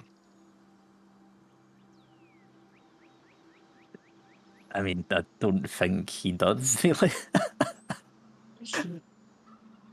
Oh, um, good. I think Very lucky for you. he'd be clearing all the like rubble off him from when he fell through. It's glad to see you're okay, my friend. Oh. What about the rest? Did Salazar get on board? I couldn't see after we were knocked off. I'm sorry. I'll need to climb up and see if everything's okay. I think the first one we'll find is Drakan. Like, just keep baffled and confused. So Drac, do you know where you are just now? I have not a clue what the hell's going on. Okay, so you came out of the I shadow. pictured that we got attacked by another ship. Yeah. That's how we combated the other ship. That's about where I'm at. Yeah, you came out of the shadows. Rise just grabs you instantly and starts threatening you. Then you're hauled through the airship. You're all then thrown by Durridam across onto another airship, which suddenly starts falling from the sky. A massive explosion goes off. You all kind of take concussion from that. And then the ship slams into Salazar, and then Rise brings the ship to a kind of bumpy landing at the foothills of the mountain.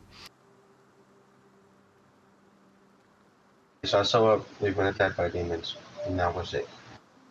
And people are trying to kill me, obviously, because I wasn't there. So definitely, they all think I stole the gauntlet. I mean, I'm imagining when we left you and you had the gauntlet and you were kind of feeling worse for wear after the night of kind of going through different threads, that you maybe just like took a shadow walk to try and, I don't know, clear your head or whatever.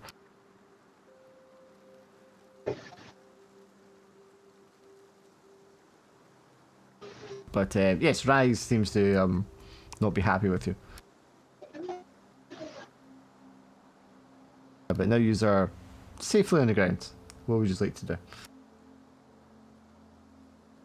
I guess take myself for injuries and help Salazar with his injuries. I think I still have a healing potion. Okay, so Yeah, you so sorry, both go. my broken limbs are healed, but I still have heavy bleeding. Sure. I think Rise was bandaging you anyway. Yeah. The bandage will treat your bleed. All right. So yeah, so I'm just still passed out on the ground. Sherman's just, I guess, just landed on the ground, just starting to gnaw at the crash ship.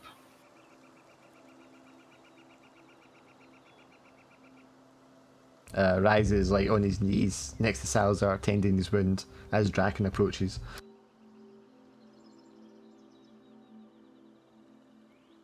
Well, I'm busy pressing the wounds and applying bandages, but as soon as I see Drakan, I give him the death stare and ask him, "Where's the gauntlet?"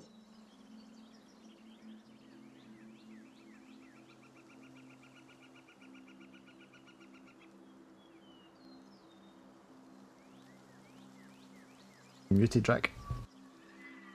Yes, I wasn't good. Sorry.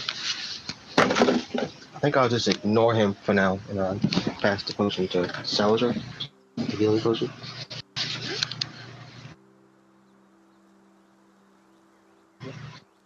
As soon as I'll be finished with Salazar,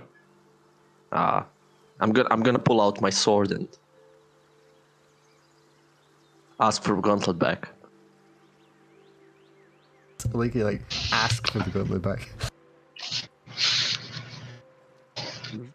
Ricardo's gonna come out here bandaged up.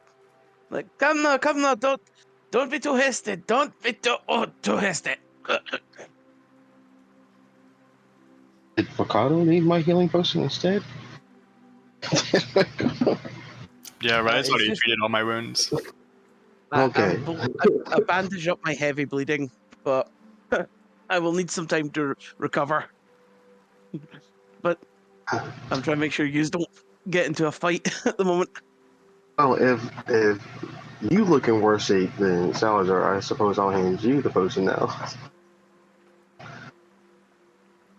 It's most good for my friend, but we're not in need of it at this moment.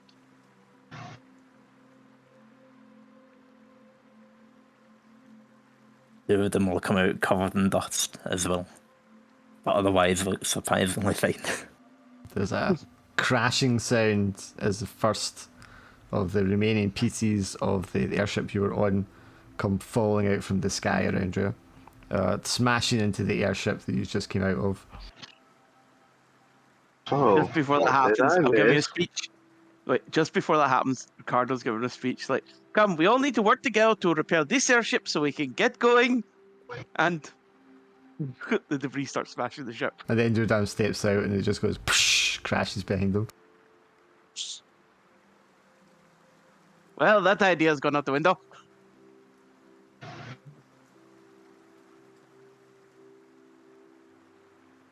Now, What did I Johan, miss? you're giving back the gauntlet, and we're settling this here and now. Make your move.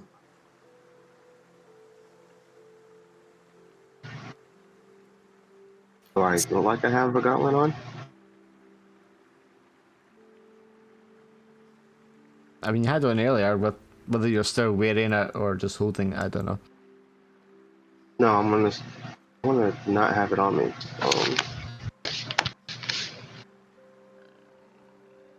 So you've got it like hidden on you or something? Yeah, I'm gonna message you. Should be here.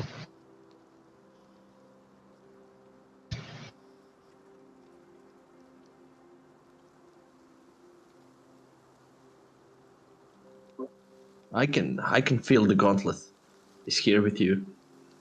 Now you can hand me the gauntlet, and you can keep your life. One way or the other, that gauntlet So will be mine. you can like feel the energy they've got like faintly on him, but obviously because of the amount of energy coming from it, you know he doesn't have it on him, on his person.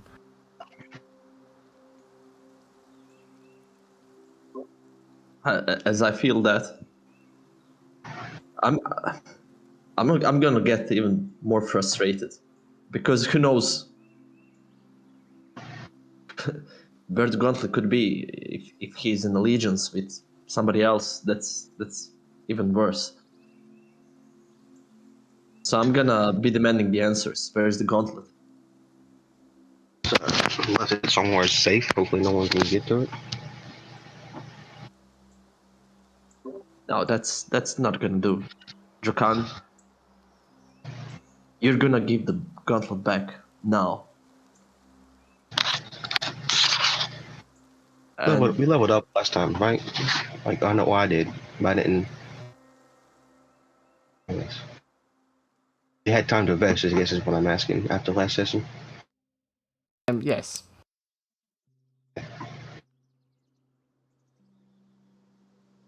Can I just touch? I guess I'm just gonna touch Rise then, and I'm gonna saddle step and take him with me. I want to take that as my level up. Okay, so he steps towards you as you're saying this rise and takes you by the arm, I guess. And then, well, you're going to have to like lead him over to a shadow. I'm assuming there's a shadow between us.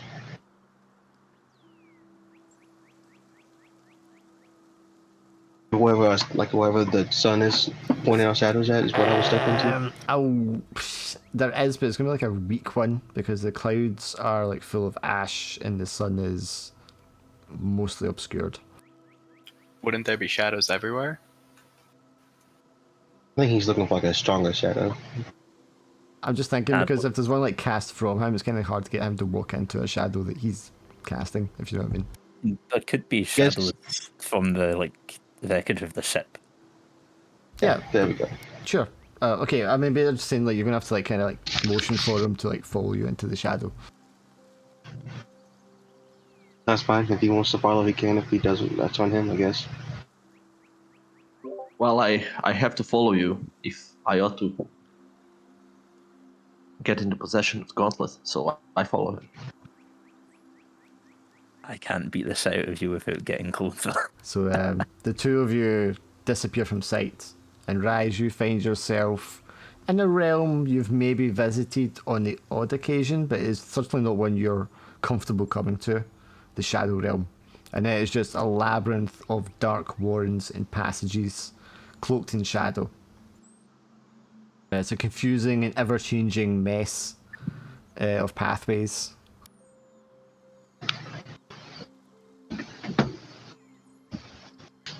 And Drakan is leading you by the arm. I don't feel comfortable at all being in the Shadow Realm.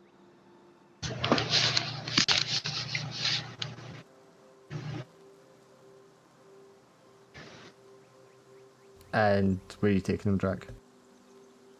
I guess I'll just be going for a walk in the Shadow Realm while I debate if I should take him to the ground or not. And I guess I'm going to be asking him some questions of my own. Okay, so yeah, he's just leading you through all these winding passages and corridors and warrens. You can feel things in the darkness, like watching you the entire time.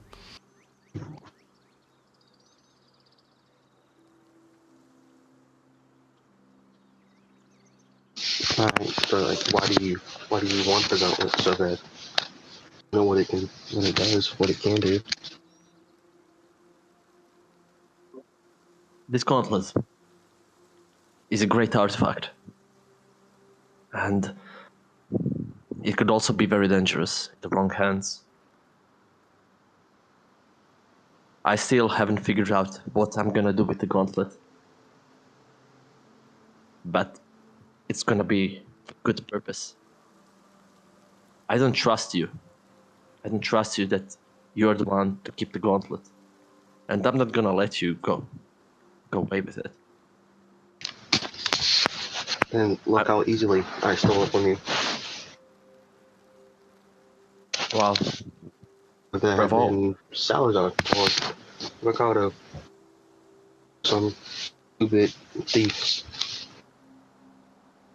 But why do you want the gauntlet? I don't want the gauntlet. To having ward all night, and I've come to that conclusion. I don't want the thing. Well, the gauntlet is obviously not yours, and like I said, I don't trust you that you should be in the possession of such a thing. I burdened myself with a curse for taking it. It was a stupid thing to do. But I'm gonna make most of it. That this gauntlet is in safe hands and used for a good purpose.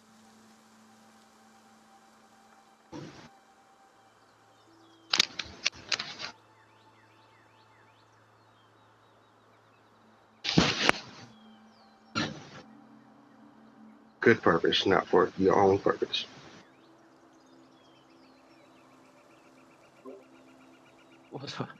You're such a funny creature. You don't even know who I am. So, yes, I don't have my own agenda or my own purpose. I forgot about that for a very, very long time ago.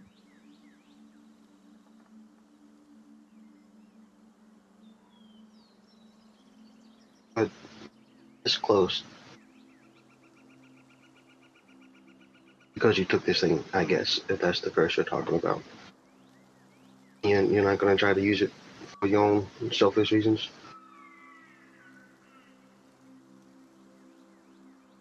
No, and I must say, it is such a strange thing that you're asking me those kinds of questions. I wouldn't expect such a question from your sort.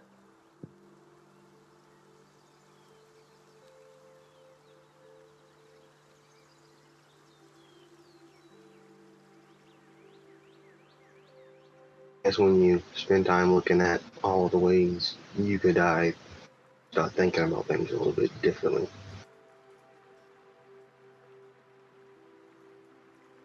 Look, I've seen my destinies, all of them. In each of them I die.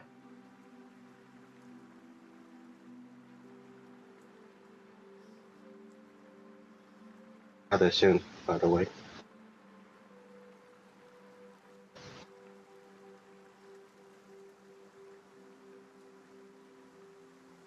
I might have an idea what to do with the gauntlet. But that's one reason more to give it back to me. We'll exit into the forest at that point, if I can get to it in that amount of time. Let's have you roll clever to see if you can successfully navigate your way to this ever-changing labyrinth. Oh, what's your background? Oh, Jesus Christ. Was a ninja and then mercenary. Okay, Ninja will let you reroll that because Ninja's part of your shadow stepping, so you can reroll it. Okay, that's enough. The bow will lose it forever there. Whew!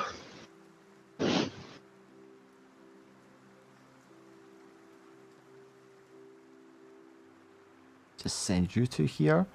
You step out of the shadows and come out from underneath a massive mushroom in the middle of an enchanted forest. Rise, you immediately recognise this as another realm. This is the Feywild. A verdant, lush realm of greenery and nature. Obviously the place where the souls of elves mostly go to. And other creatures of the Fae. A Fey realm.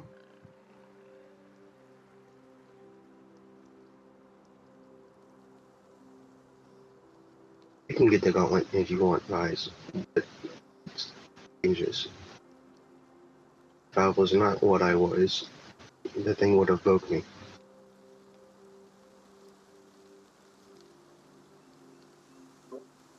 You made a wise decision. Then you hear a female voice from behind you, and she says, "Yes, he has." And you turn around, and there is a tall, thin, beautiful, fey, elven woman with long green hair that kind of twists around her like vines, and she's holding the gauntlet in one hand.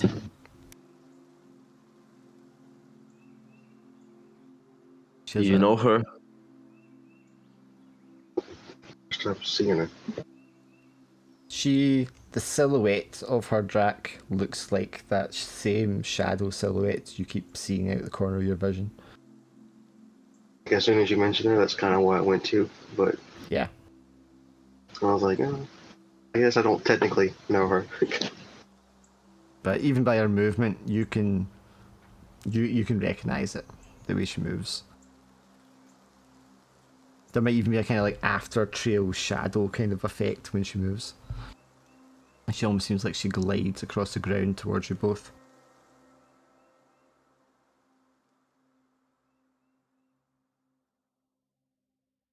She says, I had my doubts about you, Drakan. For a while I was concerned that you were going to lead us down a darker path.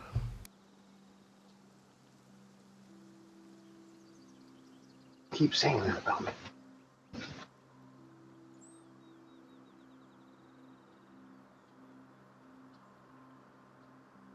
Well, you cannot blame others for making assumptions about you, given your heritage. Well, I was smiling up to that point. Now I'm not smiling anymore. Don't worry, I can see in your soul that you're not inherently cruel or evil. It is ultimately your will which decides your destiny. As I'm sure you've seen many times using this artifact.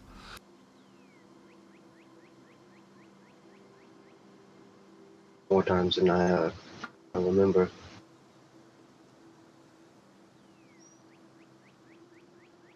And then she looks to you, Rise. And you, Realm Warden. Thank you for taking the curse upon yourself in order to retrieve this artifact for us.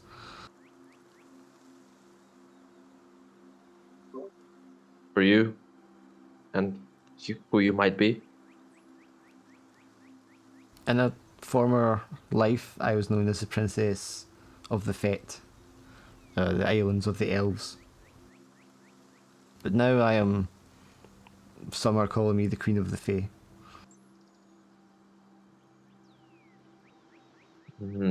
You sound familiar. Your name is...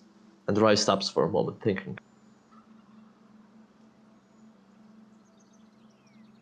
Everybody stops for a moment thinking. Wasn't so she's from the southern continent then? No, she's from the... Originally she was from the islands, which are kind of between the continents. Right.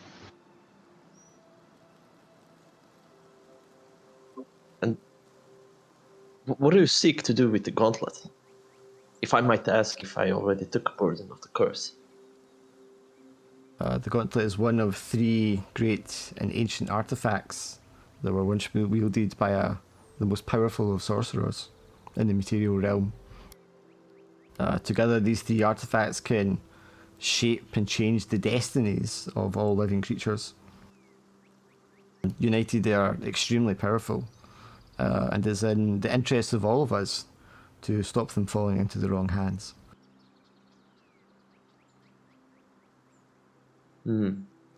So, it's a quick way to godhood, let's say. Some may think of that way, although that's not technically correct.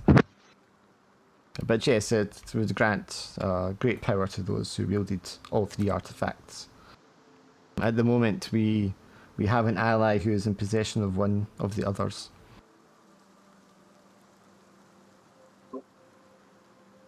And when you unite the artifacts, what do you seek to do? Personally, I would not seek to wield such power. Such power opens one up to levels of corruption, and it's difficult to forgo that temptation. I would have them secreted away, hidden, so that none may use their power. However, that will perhaps be up to more experienced individuals than I.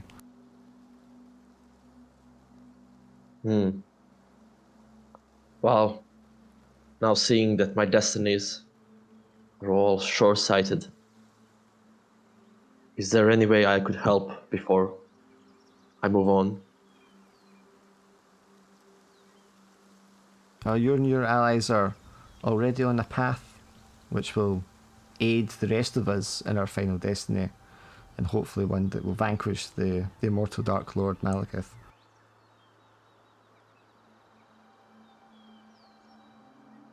Then can I just ask one thing of you?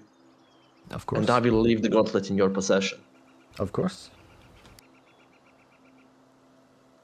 I suppose you're not aware of it, but you are aware of who we are, what we do.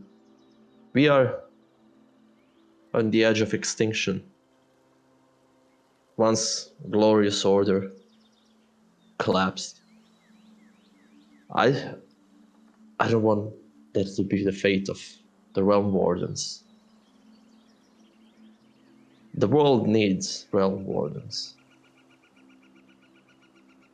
How and what should be done to restore the order to once glory days? She ponders for a second.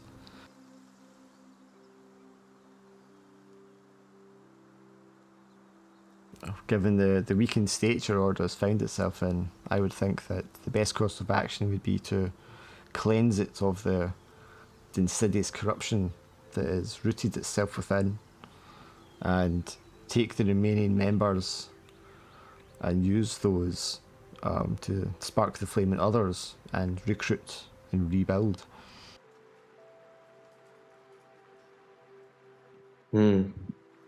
I think I know what to do. Can you just give me for 1 second the gauntlet? I need to see something. Of course, and she offers it to you. She seems perfectly at ease here, and I think you can both feel that, you know, she has the power of this place at her disposal. You know, she's not at all fearful or intimidated by anything you might do.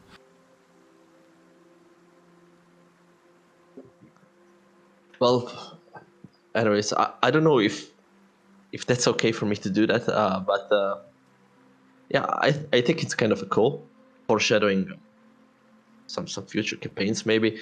I'm gonna look at the destinies where my actions could prove the most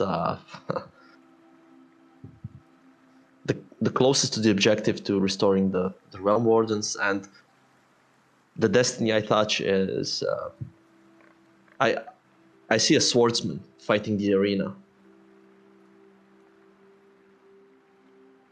and I see him as the one who could restore the order.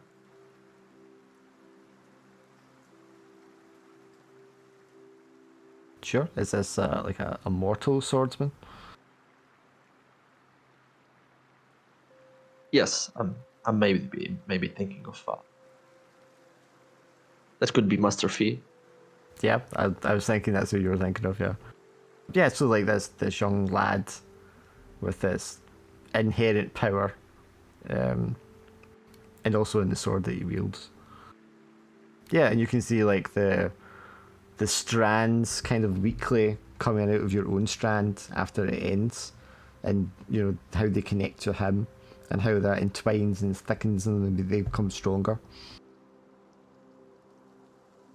Yeah, you can see like the trickle down effect of your actions and how it affects him and steers him towards that destiny.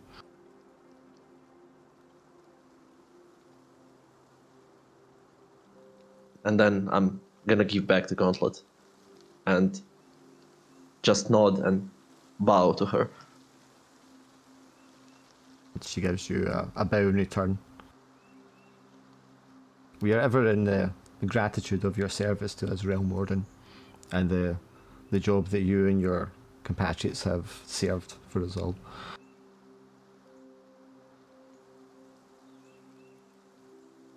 There will come a day where realm wardens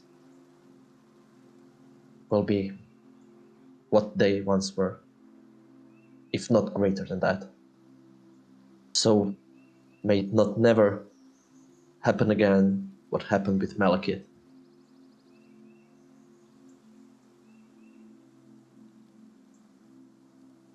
I imagine she makes like a hand gesture of respect to you.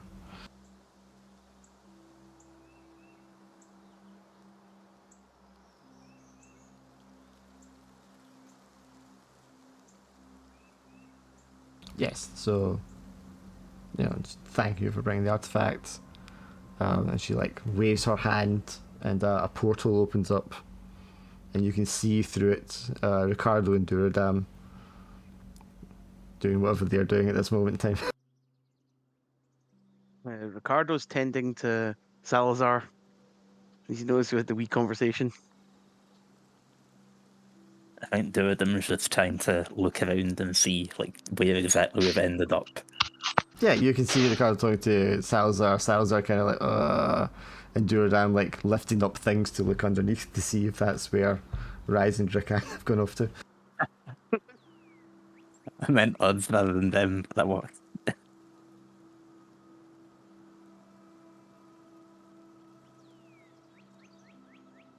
Yes, then she raised her hand and she's like, go now. Your path is one that will take you through many dangers yet. And you'll need the strength of your allies about you.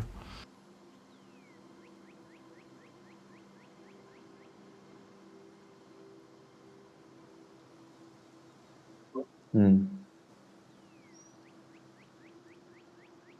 Thank you.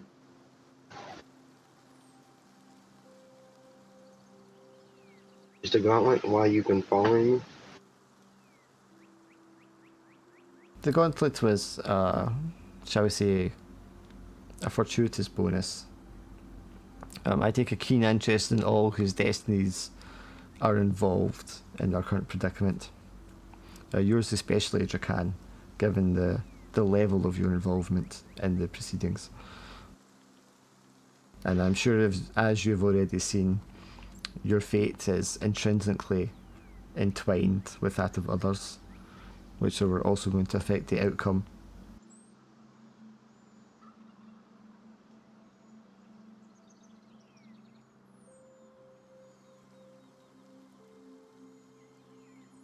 I just look between her and Rise for a moment, and I'm just gonna walk through the portal.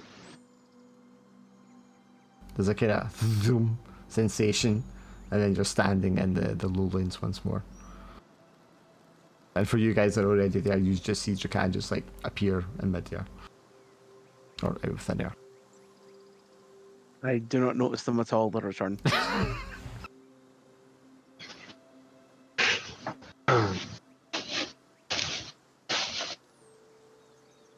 The only reason I even knew they were gone is because they literally disappeared in front of my eyes. Yeah. Just thought they were scouting ahead. I woke up and they were already gone.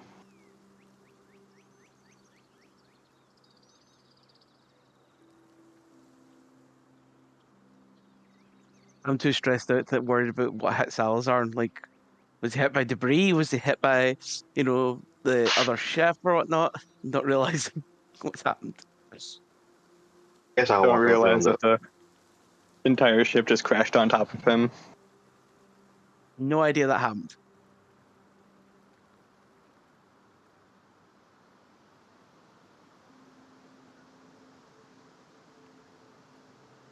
Oh, what did I miss?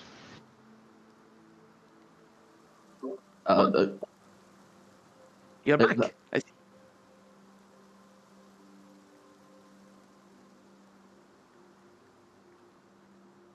I knew our fates would cross again. Good to see you alive, Salazar. I was the one who crashed the ship on you. Please forgive me. I was wondering what that was. All I remember was a big shadow, then nothing. I didn't do that intentionally. I was just trying to steer the ship away from the exploding one. I didn't know you were there. First you try to kill Drakan, now you try to kill Salazar. Who are you going to try to kill next, Rise? Well, maybe you. Durridam, like, You the made you made up again. You two made up again yet? I'm just gonna look at Rise like I can drop him in a volcano if you want. Sorry, Durridam, what were you saying? Durridam breathed a sigh of relief because they said maybe Ricardo next instead of Durridam. Well, Rise makes that look, he's just trying to be funny in this dire situation. Oh, Jesus. But yeah, Ricardo's maybe oblivious to notice that he's trying to make a joke.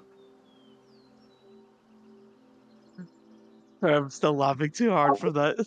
Durden. I thought Durridam was going to like step in and be like, you can't harm him. But no, it's the Oh, he's just like, whew, not me, not me. Yeah, I think he's more just, well, I'm not going to die after going through all of that, Where's that gauntlet thing that you wanted so much? I look at Jokan and then turn back to Durridam. Well, the gauntlet is in safe hands, like it should be. We did a great thing today, and thank you, Drokan, for making this decision. I was wrong about you.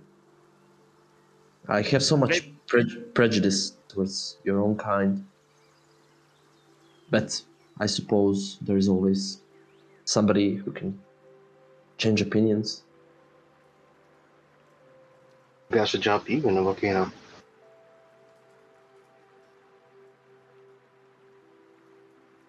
While they're fighting, I'm just gonna crawl over to Sherman and start pulling myself on top of him.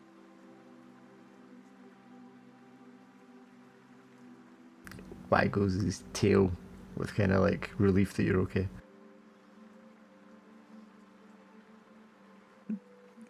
Durridam I'll start. a bit confused. That's why I'll let you finish. He just starts patting him and starts feeding him debris from around him. Oh yeah, he's got ogre stomach, doesn't he? Ricardo's going to start building a wee makeshift grave. A wee, like, memory site. To remember Brandy. Oh, I was like, who died? Brandy. I forgot Okay. about the horse. Durridam looks a bit confused, and he's like, "It's good that we did something great, but do any of you have any idea where we are? Like, I think the ship span as we fell, so I don't know which way we're going." Imagine see the sorry. Imagine he's saying this as like there's this like towering mountain right behind him. Even Ricardo knows this point. He's like, And it's got like it's got like a massive like dwarven statue carved into the side of it. my friend, have you looked behind you? Oh. Well, is this the right mountain? And then I just point slightly to the right at the dwarven statue. The sign with the name on it.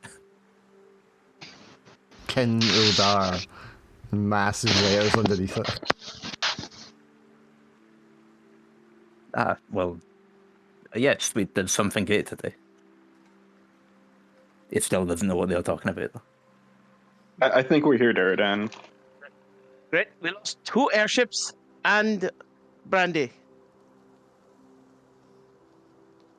It should not be forgotten.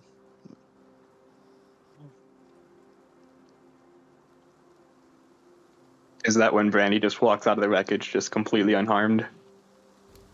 No, that's when the chunk, the front half of Brandy falls from the sky. Just like splats on the ground. She was the one that blew up was the problem. Just like she survived. explodes as it hits the ground, sending like blood everywhere.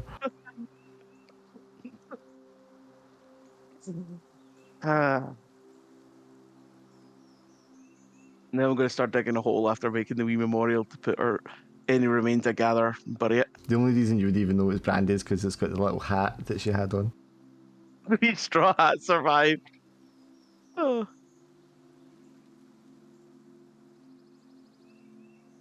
Yeah, so we see a little kind of crude makeshift grave with a little straw hat sat on top of it. And then there's a campfire where you're all sitting around planning how you're going to ascend the mountain to get up to the entrance. So we've lost 2 airships and a horse and cart.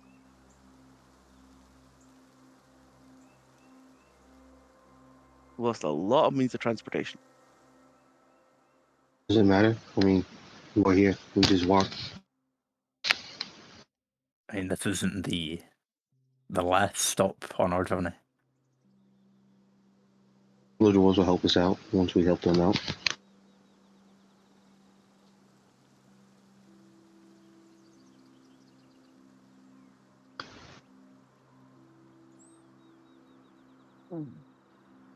Right. Oh, is this the mountain you came from, dear friend?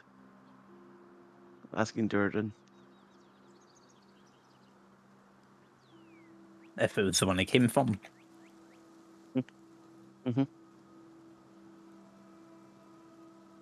I mean, I don't know if Dark had a different idea. I don't know but if you want to do sorry, there you go. I'd thought that he might be like from closer to Caraclac, the main one. So this is the closest dwarf place to Caraclac. But you can roll a clever if you want to see if you recognise where you are right now. Sure, might as well. Okay, so his memory's just too shaken. He's just like, Yeah, it's strange because, I mean, you would know which one you were from, but when you try to remember things, it gets really fuzzy and hazy. Like maybe you've been hit in the head too many times. Maybe the blast from that gauntlet has done something to your memory. It's very unclear. You're struggling to remember the faces of your parents. but while he looks even more confused than normal, he's just like, maybe I only saw it from the inside enough. I'm not sure. Not to worry, my friend. You're not the only one with some hazy memories these days.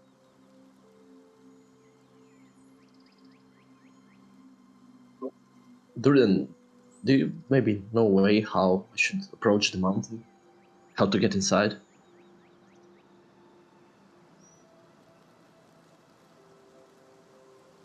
Well, I'm surprised we haven't met any resistance so far.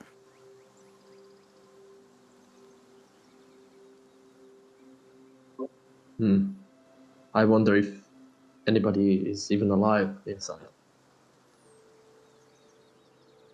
I wonder if we got here before those abominations got here. Can I look around to see if there's any tracks from them? You can indeed.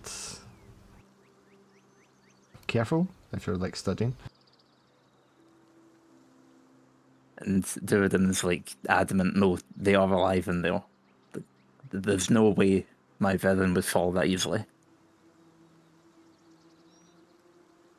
Yeah, there are tracks of something similar to what you saw before with the Abomination Horde. In fact, there are like great divots dug into the side rock of the mountain, as if they were climbing up the side of it. The abominations are here as well.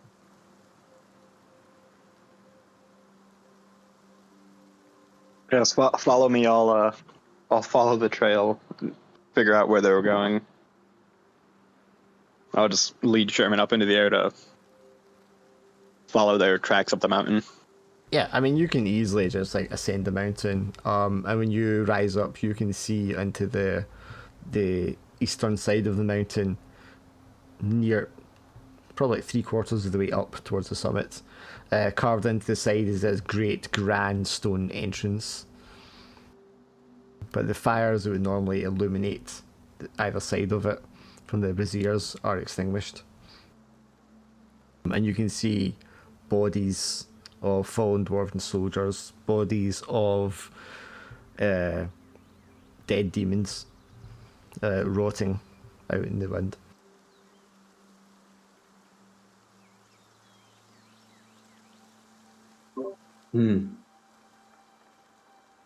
It could be what I feared. That of the enemies already have taken this stronghold. But nevertheless, we should check it out. Can't lose hope yet. Just because they have lost this battle does not mean they have lost the war. I guess when I get up to the top, I'll set up a rope so they can climb up the mountain to the entrance. There'll be, if they look around, they'll find like a stairway to ascend it, and they can just like walk up it. I mean, it's steep and it'll take a while. It's exhausting. The air gets thin. It's cold, but it's something they can do.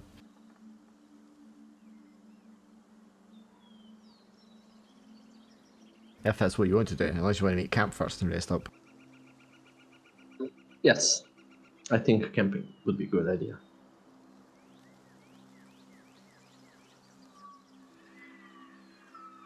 Well, if we go inside, we can take shelter. Durridam's like clearly just wanting to get home. But we could also be surrounded if we go inside.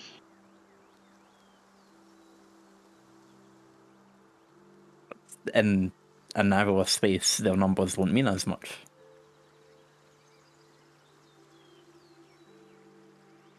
But we'll be surrounded by the walls. scout ahead. I can scout ahead. The confined space will probably hinder the abominations more than it would hinder ourselves. I'm sorry, he's making camp up at the entrance.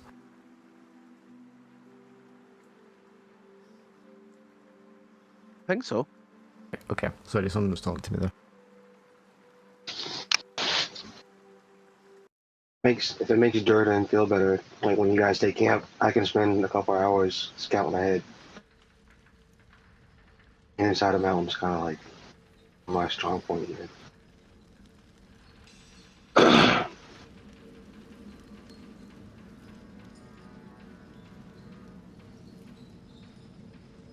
Yeah, if you're going If we're making, sorry, you go. No, on you go. I was going to say, if we're making camp, Durridam's going to go around like collecting the weapons from the fallen dwarves and like lining them up in a kind of memorial.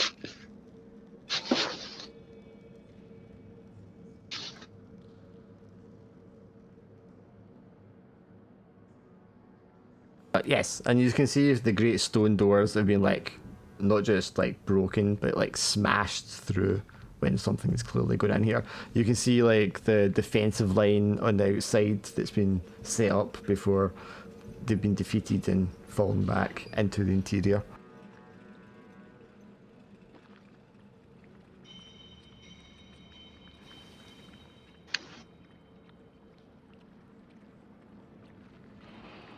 But if you're going to make camp, I guess you can roll just 2d6 for the make camp roll to ensure the one sort of keeping an eye out.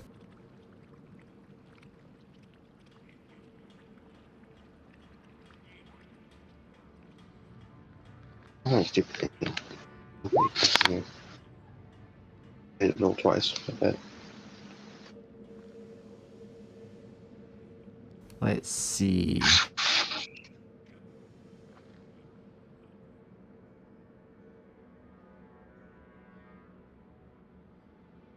Let's see, 1, 2, 3, 4 people. Okay, so Drakan does not get a good night's sleep, so he's not going to heal anything, but I don't think you have anything to heal anyway. I had like 1 pain, you said. Yeah, so while the rest of them are sleeping, they're all going to recover all their pain. They're also going to recover 1 stress. But while you're keeping watch in the shadows and lurking around, and you're constantly kept on your toes, you know, going in and out of the fortress, the citadel, as you can hear things lurking about in there, large things, hungry things. Everywhere you look inside, you just find corpses, smashed barricades, the bodies of slayed demons. Just dozens and dozens of them all over the place. But you don't want to venture too far in because you can hear there are definitely something large, probably a few of them, lurking around the corridors inside still. I've got quick healer, so would I heal a wound as well?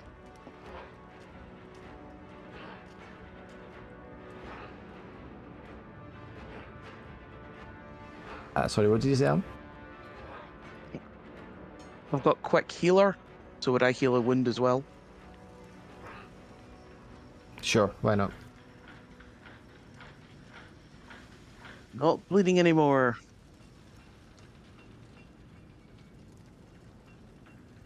Oh, did you not put bandages on that anyway? Yeah, but it doesn't heal it, it just stops it from being problematic. Oh, right, sure. Yeah, that's fine. So now the wounds. But I need a quick healer. If I bandage it, then it'll heal when we rest. Oh, sorry. So Salazar, you want to like actually start going around picking things up? Yeah, I want to see if there's anything odd from the fight outside the gate, so I can get an idea of what exactly happened. Okay. So, Durridam was doing this as well, wasn't he? He was picking up the weapons and stuff. Yeah, weapons. he was trying to make a memorial. Yeah, like weapons, armor, personal trinkets from the dead soldiers. You know, you pick them up, and you know they're worth. Some of them are like very precious. Some of them are master crafted, weapons and armor. They got a lot of cultural value as well as monetary value if they're like melted down or whatever. But the lever that you would pull to raise and lower the portcullis on the inside of the gate, who would be grabbing that and touching that?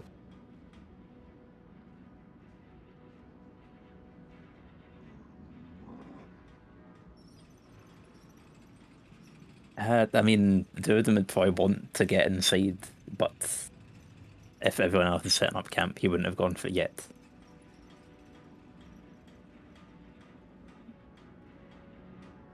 Is this after we rested and everything? If you want it to be. I mean, somebody will need to raise the portcullis to get inside because you can't all stay shift and shadow step. Although I suppose Dracan can take you through shadow, so you don't necessarily need to.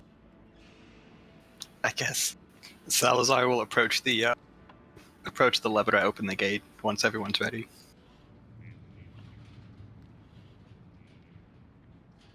You roll a d6 for me.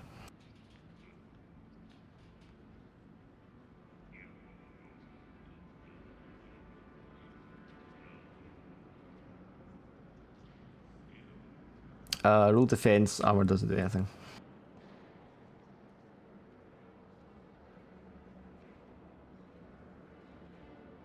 Would being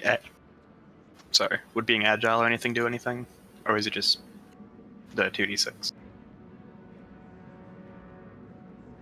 Just a 2d6, I think.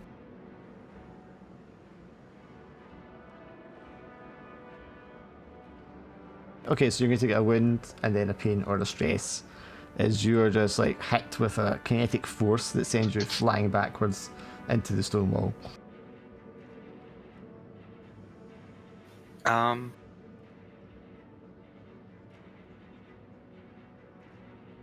He loses his footing because he flies back, and when he crashes into the wall,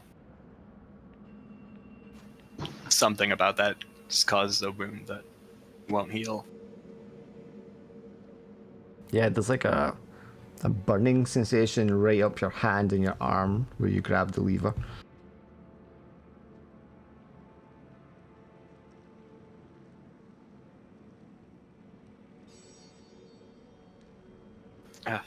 Something's wrong with it.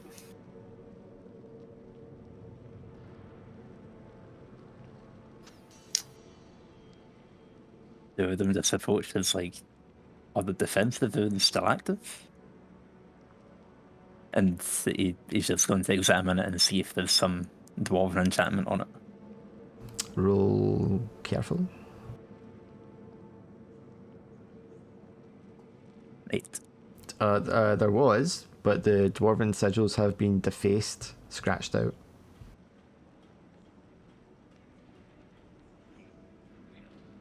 I can't see anything Dwarven about it.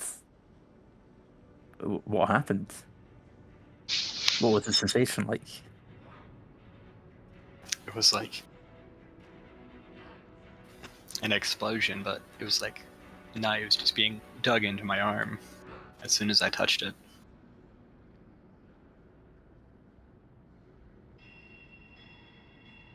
Right? Do you know anything of this? Rise approaches, and can I feel any sources of magic? And you can give me a careful roll as well.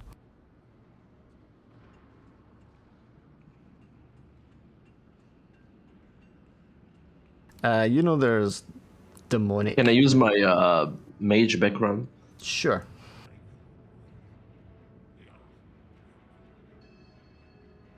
Yeah, I mean, that there's demonic energy, similar to Dracan's, but much more powerful, much more potent, much more focused. And you can tell that a hex, a curse, is being placed on this lever.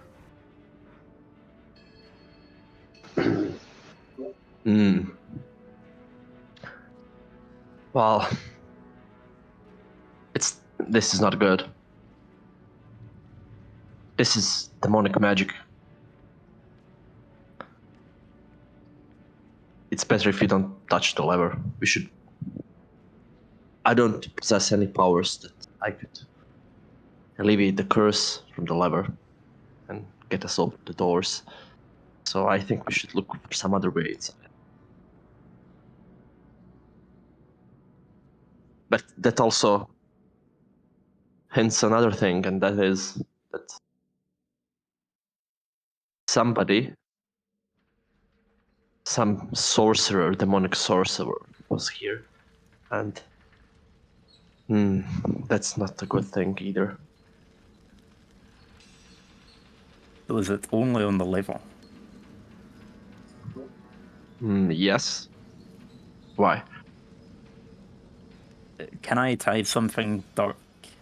Like, could I use knowledge of like, Dwarven architecture and see if it's like something bars through here, right? At some point, Yes. and it was like collapsed in places. Yeah. Could I see if there's an opening or like a weak spot which I could break open further to get to like the inner workings that the lever activates, like the chain or whatever they would hoist the Oh, boat off. the mechanic part. Oh, certainly. Yeah. So would that be like a clever roll or? I don't think you need to roll for it. You can just like look it over and you can tell where like the chain goes. And you smash through, a part of the wall and access the chain, and you can just use your strength to like haul it up and pull the portcullis up yourself. Do them all hold the chain in place until everyone is through, just in case.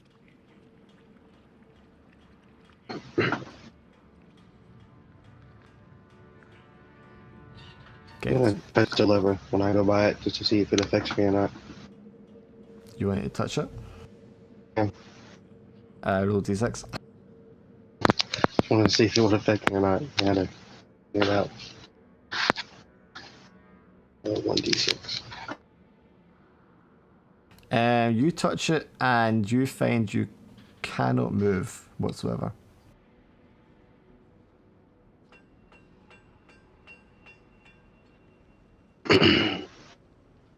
Durridam, you probably noticed that he's just kind of like standing there, touching the lever. Holding the chain like, what's wrong? I can hurry on. I talk or can I like not move at all? You can move your eyes. That's it. Okay. And after a wee bit, Durridam will just let go of the chain. I don't know if that causes the portcullis to drop, but like he'll approach if I can, like give him a pat. If I can. Is everything alright?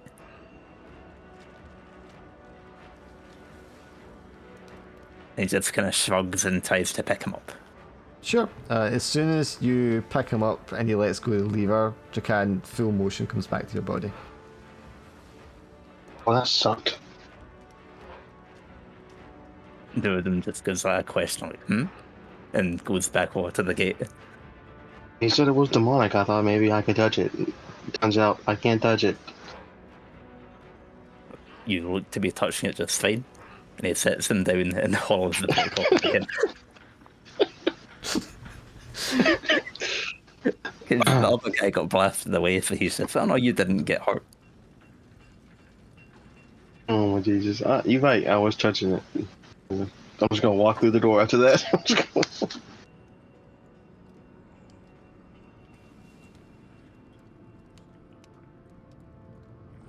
But yes, so you all enter, and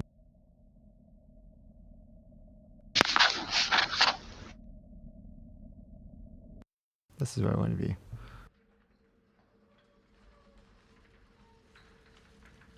While they were doing all that shenanigans, Ricardo was praying to like bless the place. Cure. Sure.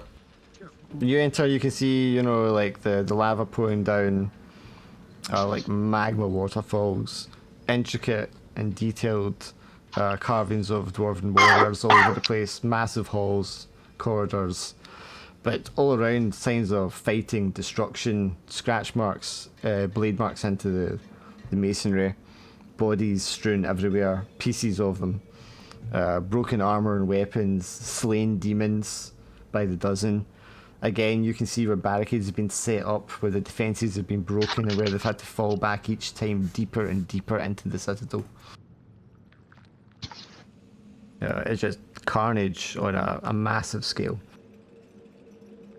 As we get deeper in, just Salazar just starts breathing heavily and just keeps looking up as though he's trying to see the sky. Salazar going to be in front of or behind Ricardo? He'd probably be in the middle.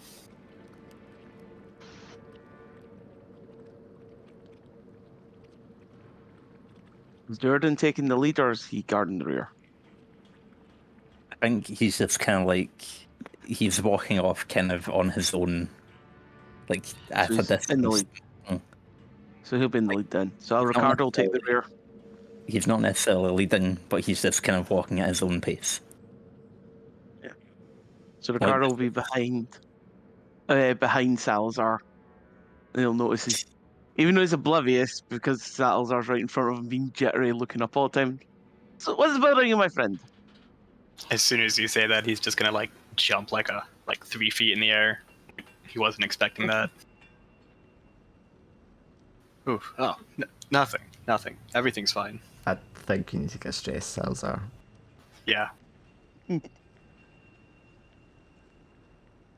He's gonna miss something important. Yes. Can I? I don't see Timothy anywhere. Dark, is it okay if I say what the thing I miss is? If you have a good idea, sure. As we're walking down the corridor, we see what looks like a dwarf, just covered, like fully armored, but they're just standing still like a statue. And it looks like the carnage around them has just ignored them completely.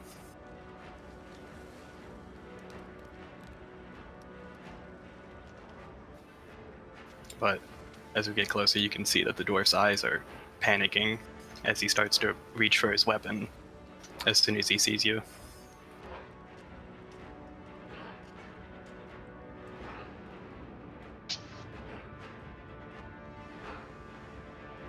I mean, does he reach for his weapon? Is he not frozen solid?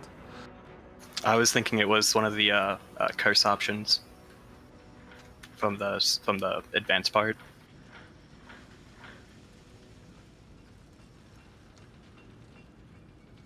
I don't think it was one of the ones that he'd had, though. But didn't he get stronger after he finished his mission for Malakath?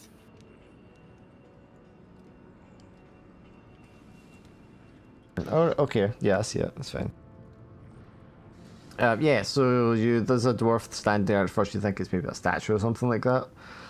But then you see it move and slowly reach and then pick up its great warhammer and lift it above its head with both hands and start striding towards you in increasing pace.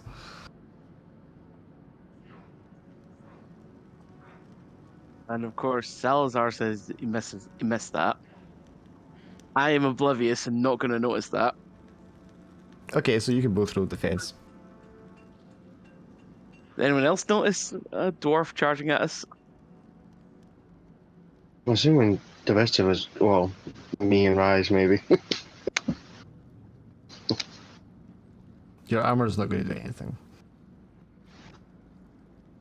God, you both failed. I've got agility. Is that going to help? Bump you to 7, sure. Okay. Pain and a stress for Ricardo. A wound, and then either a pain or a stress for Salazar. Salazar has another broken arm now. He just gets slammed by the hammer.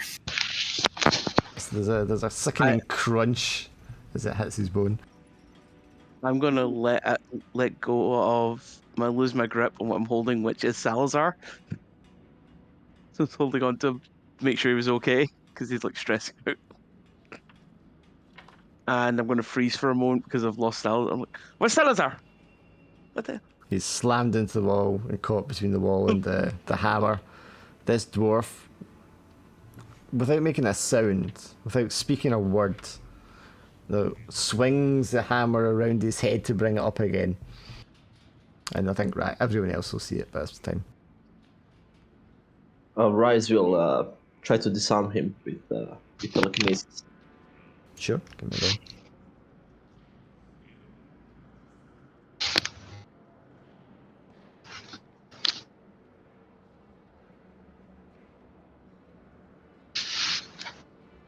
Yep, that'll go off.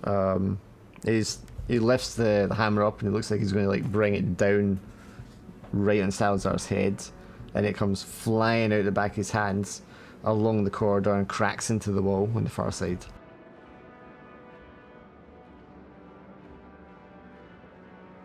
And I'm gonna take a stress seeing Salazar being hurt with the hammer. It looked painful. I mean, the dwarf still completes the action of his hands coming down as if he's trying to hit Salazar with a hammer, and then he realizes that he's not holding anything, and he curls up his hands into a fist. Move forward and try to stab him.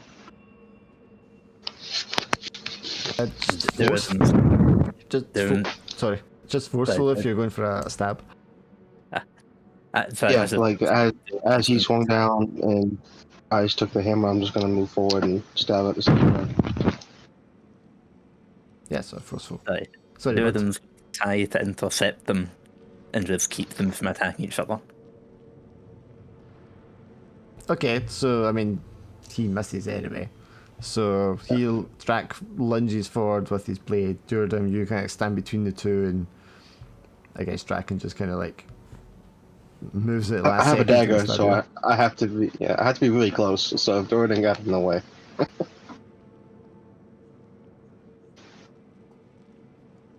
And he just shouts like we're not your enemies. We're here to help, brother. Without a word again, he just starts to like punch into your stone body with his fists.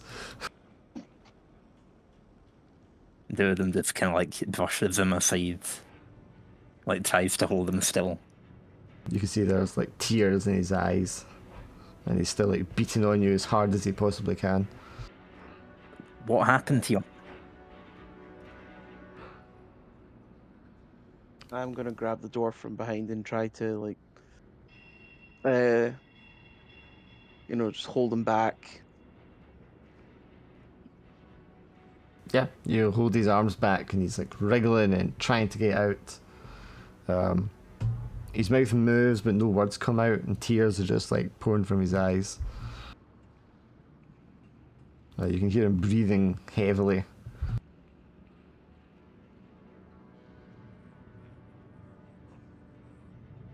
What happened to you? Where did they go? Are there any left? He just continues to cry. Soft sort of whimper sounds come out from his mouth, but he can't form the words.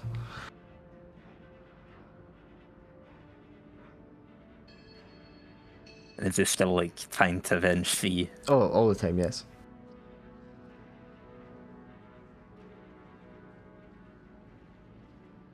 I don't know what we can do. Do we tie him up so he doesn't hurt himself or us and continue onwards? Like, there must be more survivors deeper in.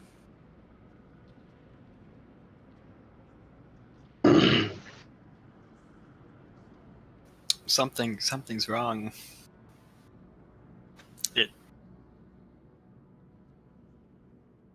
It's like Salazar will say as he's like spluttering and trying to stand up. Drac, being a master of the shadows, you can see in the high ceiling, the shadows cast on it. Something kind of like slithers along the roof. It's as black as the shadow itself. Yeah, I'll immediately point that out to the people to everyone. to make sure the oblivious people know for damn sure.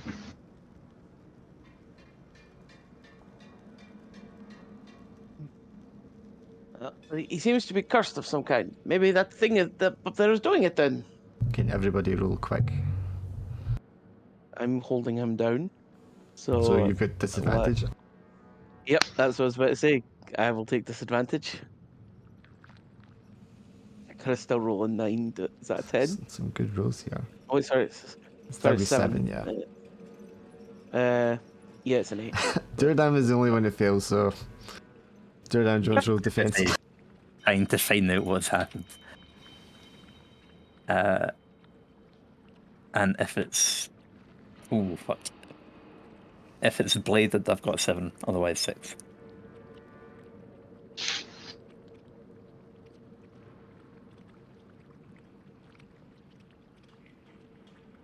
Let's say you take a pain and a stress. As this hulking, slithering mass of biomass, just like arms, legs, talons, tails, feathers, leaves, bark, just comes falling out from the ceiling above you, lands on top of you, and sinks its claws into you.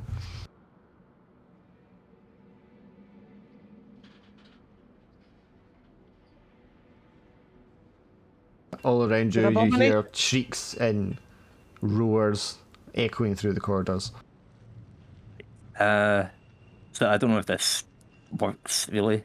Will I say if I lashed out, could I have shoved the dwarf and the corridor away? Like, so they don't get crushed by it? Is it lash out at an ally? Yeah. Like, would that be a plausible thing to take for that? As long as he falls to the floor, yes. We'll follow the floor and probably take me still holding the dwarf. Which means I'm probably going to take pain and let go of the dwarf. Okay, yes, you fall to the floor, take pain, let go of him. He rolls onto his belly, up onto his feet, and lets out a silent kind of, well, it's a whimper, you can hear it, but it's like, he opens his mouth wide as if he's going to roar, but no sound really comes out. And he charges like head first into Durridam. And Durridam's on the floor because he got knocked back by this thing. Yes, the dwarf charges into Durridam.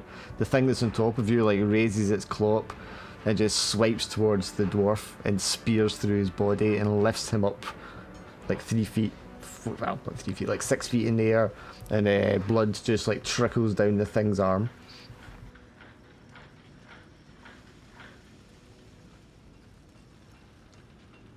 What do you just want to do? I want to gain some distance myself. I want to study it to see what the hell it is. Oh, I mean, you recognise it as another one of these abominations, although this one is more grotesque and strange. Does it have like obvious points where I could attack that would actually cause damage? The anatomy is strange, but it has like eyes. You might even see some of the organs kind of exposed and pulsating, but it's clearly like not of this world.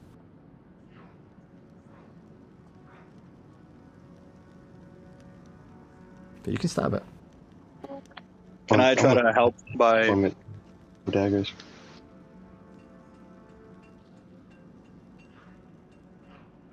Give me a careful roll, Drac, because you're like studying and then throwing where you think it matters. I don't have any modifiers for careful.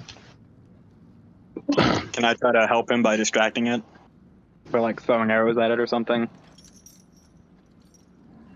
Sure, you can roll another dice, Drac. Because the two of you are kind of like just going at the same time. Oh my god. Not any. Yeah, you start firing arrows at it. You know, throwing your daggers at it. And the second one of these things is in a, you know, has come up behind you and you've not noticed. Can you roll defense for me, Drag? You as well, Salazar. Would I get any modifiers for that, or is it just straight 2d6? Your armor will matter, so it gives you +1. If you have agile or athletic, you get +1. Yeah, so I get 8.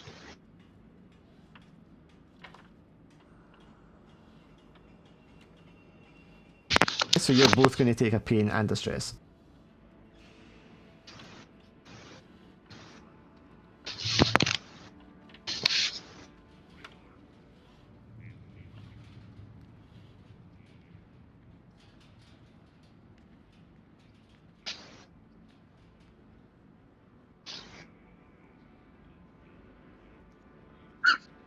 All right, I'll lose my footing and get launched back into the wall again. And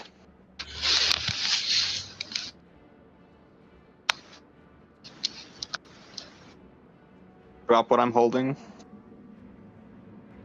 Which is your bow. Right. Because you were shooting it, so yeah. Yeah, you stand against the wall, you drop your bow. What will you drag?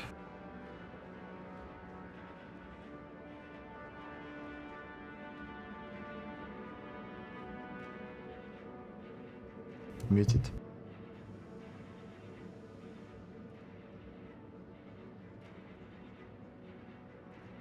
No, I just had to find the options for what things and stretches were again. Oh wait, Dark. That would actually cause me another gut check. Okay. No, make your gut check then. So I guess my stretch would be that I miss. I don't know. You missed something. I missed something, I guess, which would have been him coming up on me, or just maybe Salazar being in this much trouble. Probably Salazar, yeah. I lost at least one of my daggers.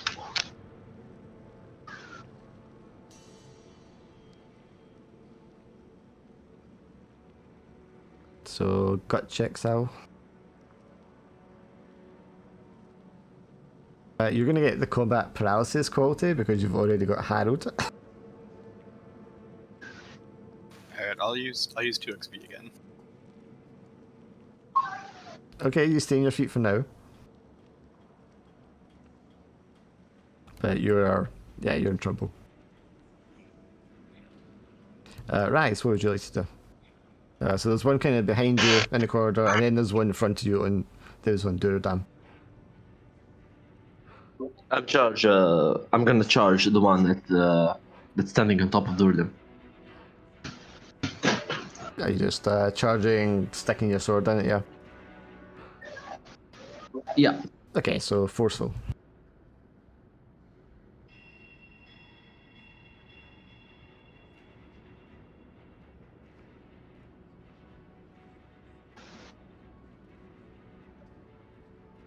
Oh my god.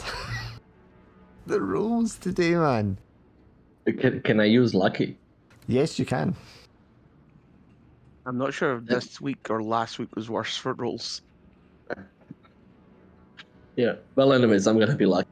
And you have planar, don't you, as a tag now? So you will slay it in one blow. Nice. So imagine you just stick into a heart that you can see beating exposed on the back of it, and plunge your sword straight through it, piercing 2 other hearts as you do so. And the thing screams and withers and dies on your blade. And you pull your blade out of it, and all this foul black blood comes pouring out. And its big wet body just slops to the ground. And for a moment, I give my hand to Durden, but realizing that I can't really help him to get up because he's so massive. What about you, Ricardo? What do you want to do now? Well, I missed a bit, so I don't know what's happened. There's a Exactly what it second abomination behind Drac and Salazar that just smacked the 2 of them. Okay. So, being oblivious, I wouldn't have noticed the second one appearing out of nowhere. The other one's Did just the first one died just- because Rise just killed it. So, I'm just going to go search for the dwarf. He got skewered by the abomination. When it died, he just kind of fell to the ground. Its claws are like right through his body, and he's just bleeding to death. He's still swinging his hands weakly, trying to hit Durridam. I'm gonna try and heal the dwarf. Quickly run up and bandage him up. A bandage isn't going to save him.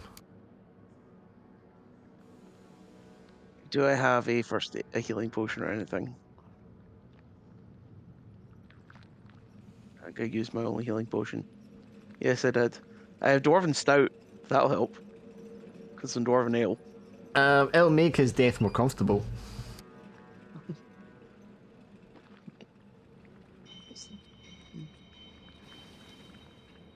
This is where I wish I had healing magic. Sure. I mean, you don't. can give him Dwarven Stout, and he, as it touches his lips, seems to snap out of whatever is driving him, and he regains his voice for a moment, and he dryly says, "Thank you.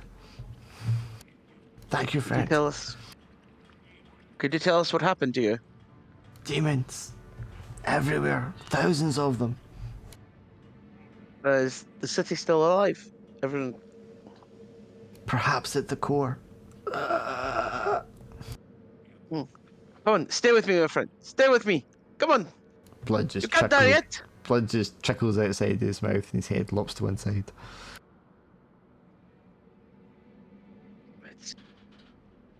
Durridam, what would you like to Save do? them. Like, there of them had just been like grappling with this thing, but now that it's dead, and upon hearing the dwarf dying, he's just going to like clamber to his feet and try and toss this thing's corpse into the other one, and then like rush at it and just bury his axe in, like just a bit strength. So, Violent like, rampage. or fury. Yeah, berserk. Forceful, definitely.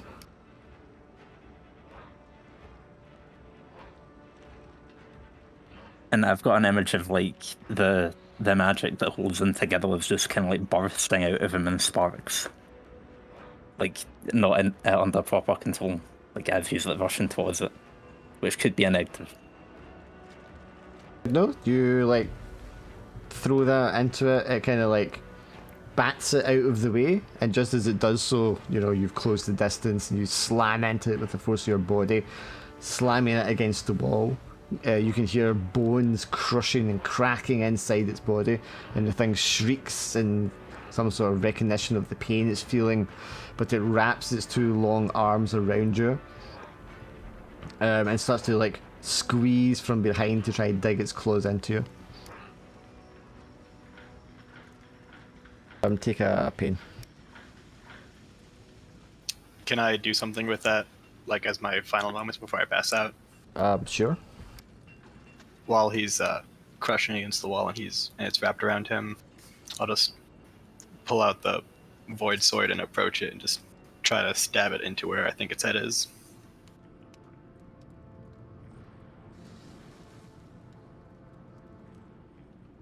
Forceful with advantage.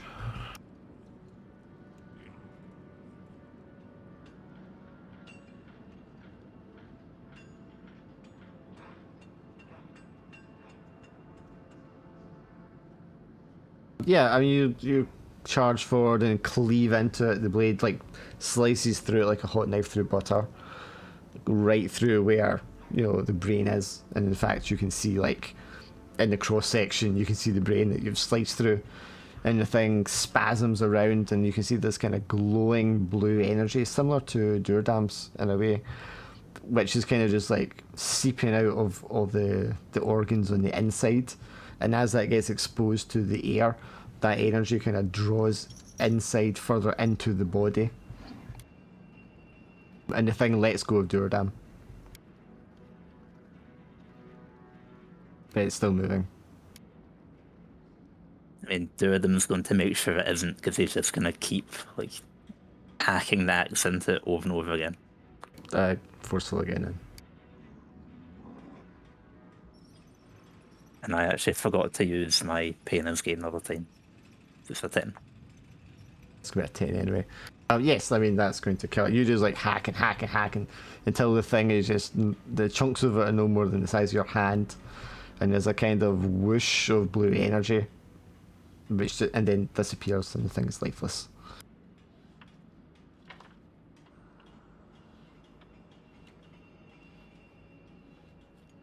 And you are left standing in the bloody corridor. And then Salazar collapses to the ground. One more time, Rise is going to rush over to Salazar and sip the healing potion into his mouth. I had to step away for a minute there. Is the thing dead yet? It is. And Salazar Okay. is near dead. Now that that's dead, that's when Ricardo's going to sit up after, mourning the dwarf for a small moment and look around like, what are you guys doing? Completely oblivious that there was a second one there to begin with. Tells how you heal the wound and all your pain.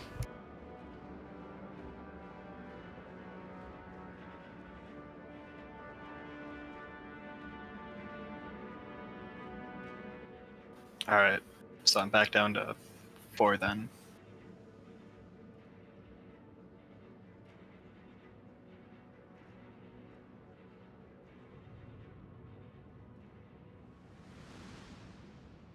Yeah, so you're standing in this dwarven corridor, bodies all around, the two slain abominations, the dead dwarf, and, the path before you is as it was before. You can see more barricades been broken, more signs of fighting where they've fallen back. Do you delve deeper? I think Durridam as well, at this point, you're definitely starting to feel like you've been here before. There's a strong sense of the familiar.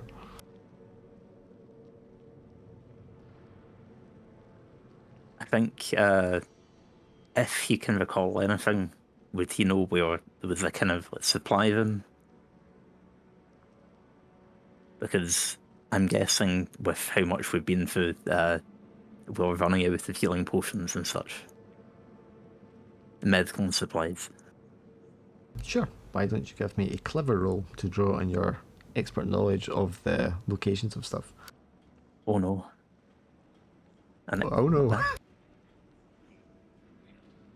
Oh, yeah. And you're looking for healing stuff, yes? yes.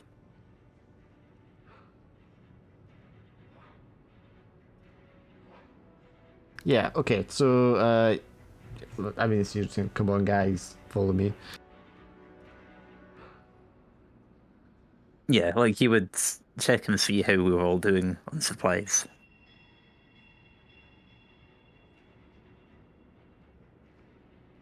And like if we find any more survivors, we're going to need a lot to look after them. Yeah, you lead them twisting down some corridors, feeling more and more confident with each step that you know where you're going. You turn a corner, which should lead down to like the infirmary storage for medical supplies, and you turn around, and then there's this hulking mass on all four legs. The front two stretched out long and wide, as if like they're broad branches of a tree, and it has the long skull head of a deer of some sort with huge bone antlers sticking out of it, and it turns its blank face around to face you and lets out a howling screech as it sees you round the corner.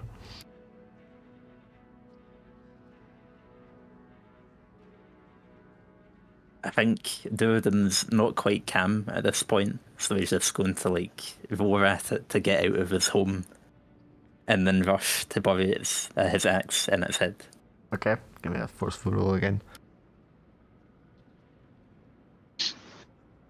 And a 9.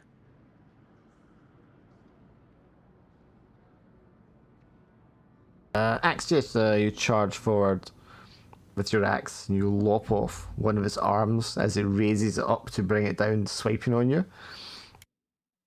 And you close right in against it as you do so, and it sinks the teeth of its bony jaw into your shoulder, or at least it tries to because you're made of stone.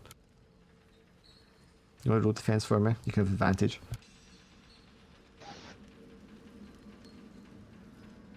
Let's do that. 10.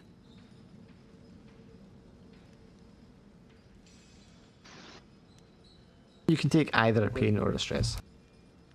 I will definitely take a pain, and I'll just leave my axe sort of buried in where it is. While it's distracted with, biting into Durridam, I'll tuck myself under Durridam, and then pierce my rapier right through the underneath of its head. I think that's sneaky, stealthy, with advantage.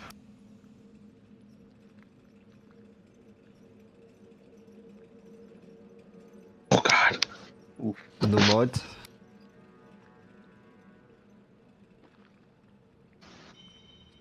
No modifier.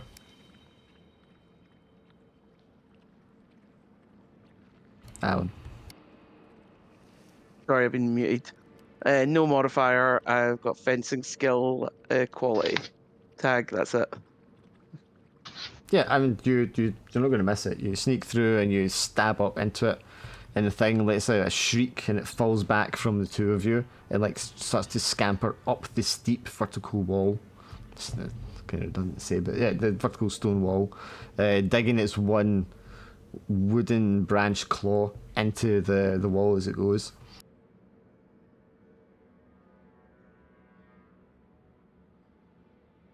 Right, Does it's any gonna. shadows ahead of it? I'll just shadow step in front of it and throw daggers at it. Since I can cling to walls. Okay, do you want to roll force then? You can hear like the shrieks and roars from others in the corridors in response to this one shrieking. Oh yeah, that's a fail. Jesus Christ. Oh my god. Okay, yeah, so you like shadow step forward and you go to throw your dagger up at it and the thing leaps off the wall to come down top of you. Roll defense.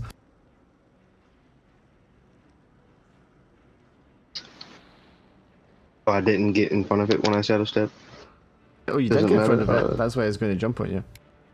Oh, okay. Oh my 8 for my God. defense. No, I get +2. I got 8. You can take a pain and distress. Jesus, alright. Have I woken up yet, or did they just leave me where I was before? I don't know. Rise, what do you want to do? Well, I was the one sipping the potion into his mouth, so I'm gonna be keeping him safe. Yeah, I mean, the rest of them, run after Durridam. You're there, kind of like, are you like carrying him along? Got him over your shoulder or something? Yeah. Sure, and you can hear the roars and screeches coming from the corridors all around you. And I'm gonna shout to everybody to rally up. Be ready to face more of them. Said it jumped on me, so is it like attacking me still? Is it on top of me? Yeah, that's why you took the pain and stress. Which one did you take?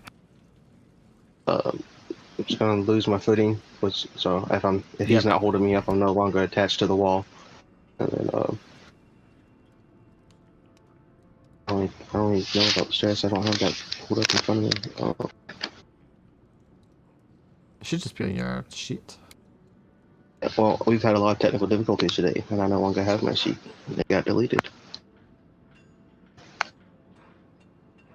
Have to give me a second. I'll pull the basic sheet back up.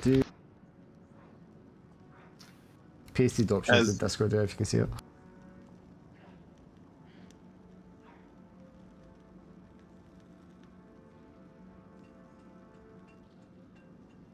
Oh, Jesus Christ. Like everything's asking me for my password now, and like every time I type it in, it's like that's the wrong password. I'll put it in row 20 if that's easier for you. I'm on Discord. Okay. As they're fighting the thing, I'm just gonna wake up and Guess I'll freeze up for a moment or two, and I'll lose my footing. Sure. Yeah, Alex, there you go. then Rise. Salazar just starts muttering, "We're shouldn't have come underground." Just keeps muttering that, and then transforms into a lizard and just climbs into Rise's bag.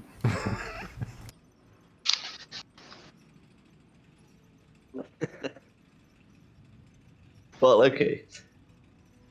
I'm gonna join Ricardo and Durridam in defense. Yeah, you turn the corner, you see them, and you see Dracan on the floor and this thing on top of them.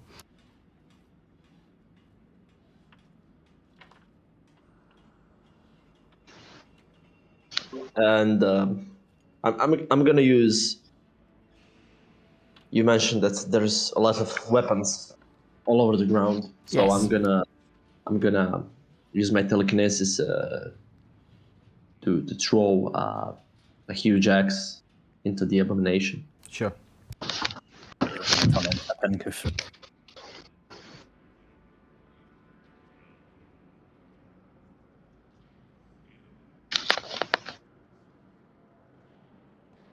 Yes, that will do it.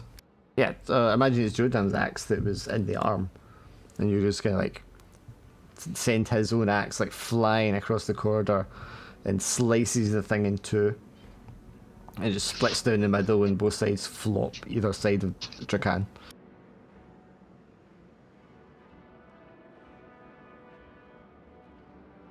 And then, Durdan, of course, you're now at the infirmary. And you can see just blood smeared across the walls, bodies ripped to pieces inside, beds overturned. The place is just a scene of utter carnage, destruction. Heads kind of just like all thrown into one corner. But if you want to roll 1d4, you can have that many health potions.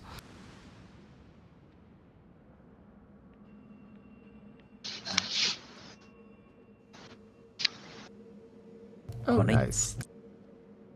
You scoop up 4 vials of health potion.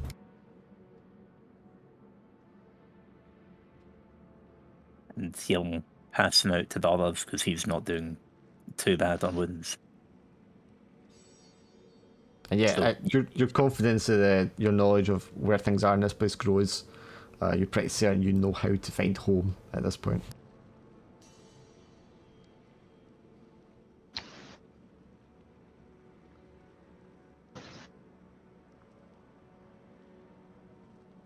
Right, so I think first of all, we need to find somewhere we can hole up and make sure we've all recovered before we go any deeper.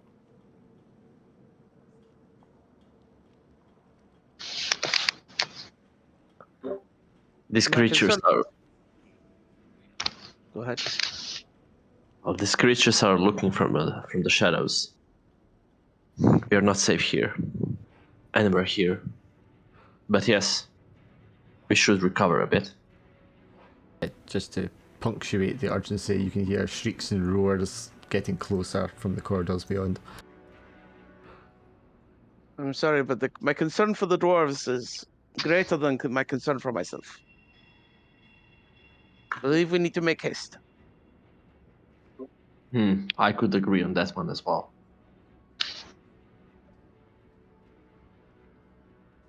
Where did you leave Salazar? He was in bad shape. Oh, Salazar, he's fine. He's in my backpack. He what? And he just kind of shakes his head and goes, "Look, we might be fine, but I don't think all of us can keep going at this rate." You just like hear muttering from his backpack, just like, why is it so dark? Where am I?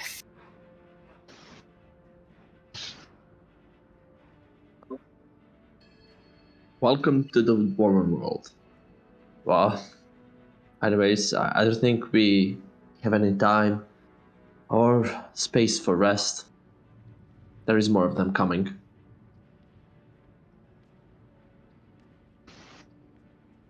We need to progress as quickly as possible. Let's cut through them. Do not worry, my friend. We can take care of ourselves. Whoever might be most secure might also be where the remnants of the dwarves are hiding. The resistance. Exactly. It's a deceased friend over there, back there. He said that there may still be survivors in the core, the most central part of the citadel. We must go. And as Ricardo says that, you are That's possible. Really struck close. with the realization that the core is your home. That's where you're from. That's where your parents are. And I think he'd start rushing towards there and shout at them to follow after him.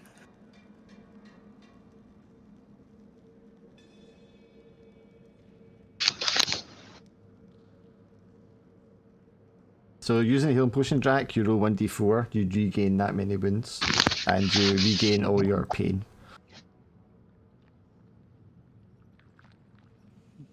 That's it. I had one, but I didn't have any wounds. I just had pain and stress. I wanted to get rid of the pain. Yeah, so all the pain's gone. Yeah, it took you that long to figure that out, Alex. No, I realised the first session you said you were claustrophobic. Like, it's not going to go well. We're going to save a bunch of dwarves. I think it's going pretty well. Salazar just like pokes his head out of Rise's bag, just looks around and just pulls himself back in. I mean, to be fair, one of the gut checks was from a very open place. True. Would the book bag be more claustrophobic than the giant cavern? So, Jordan, you are leading the charge there, right? Yeah, like, he's kind of more preoccupied with getting home at this point. Like, he's just kind of driven by something. Yeah, so you're tearing along these corridors left and right. You guys are like, you've got no idea where you're going deeper into this place. Down stairwells, all around you can hear things shrieking and scratching and roaring. It almost sounds like they're just like on your heels and no more, but Durridam is like keeping you ahead with his sense of direction. Deeper and deeper and further down into the citadel you go, until you come across a huge pair of turquoise stone doors covered in dwarvish runes, which are all kind of like softly glowing the same blue colour as Durridam. You can see a barricade has been set up here. Again, it's been destroyed. Soldiers are lying slain. The soldiers here, their armour is much more ornate, and some of them also have runes carved into them, although they are not glowing. And the doors themselves have been defaced and scratched heavily. Great gouges cut out of the designs, but the runes still glow softly.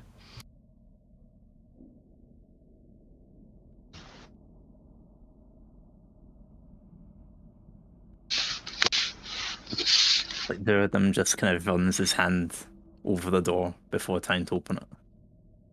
And as you do, the door glows brighter, and you glow brighter, all the energy within you. But the door doesn't give. And he just kind of hesitates and tries to shove it again. And then it not working, starts like reading over the runes to see if he can find out what's keeping it. Yeah, so while he's doing this, what the rest you want to do?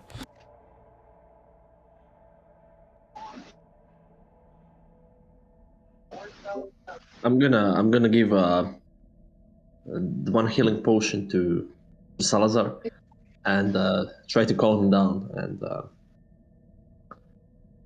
ease his claustrophobia. Give him a pep talk. There, buddy. As soon as you open the bag, I'm just gonna run out of the bag, just climb up a wall, and just like do that thing with a lizard, where like a lizard looks back and forth really, really fast. Just looking for any more danger. I'm gonna retreat into a settled corner and try to hide my presence. Yes, there's certainly plenty of those.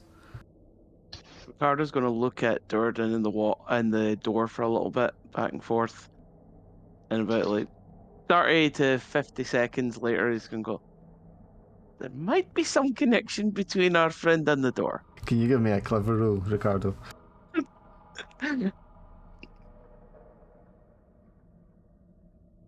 think I might no modifier for clever. Yeah, so yes, there's definitely a connection. A lot of the runes look similar, the energy looks similar. And some of the hieroglyphs on the door could be sort of crude depictions of something that looks like Durridam.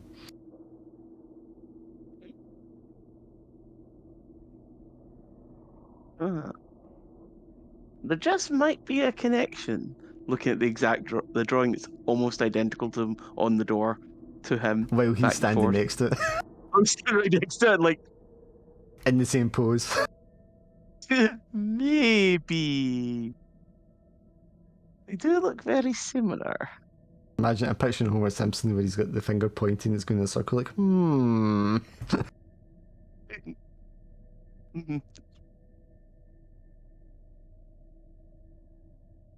Sure, okay. Durridam, so you're looking around studying. Yeah, like if there's some enchantment to keep the door from opening, and what we need to do to open it. Like if any of the runes describe something like that. You can have advantage and roll clever.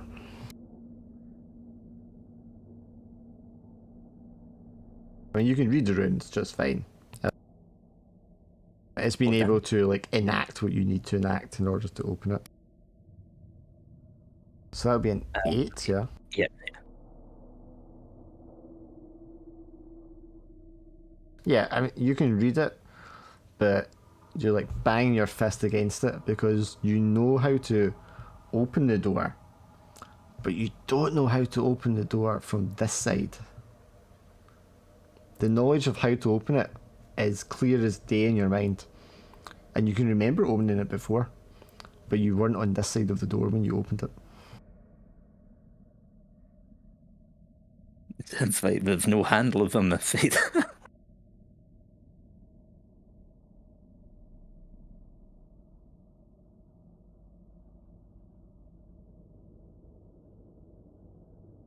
And you can remember your parents in this place with you. And you can remember them standing at the door as the door's closed and you were inside. And you can remember that's the last time you saw them.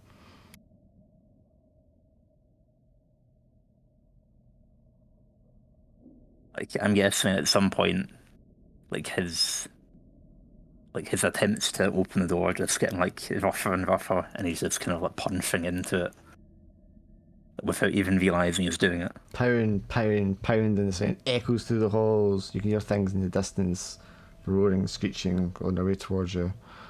And then you hear a weak, from like the bottom part of the door on the inside, a weak fist bang against the door on the inside in response. Well, calm down, my friend. Calm down. There's no need to be banging on the door. I mean, you don't even know if it opens that way. It could open outwards. And Durridam just like shouts like, "We're friends! Open!"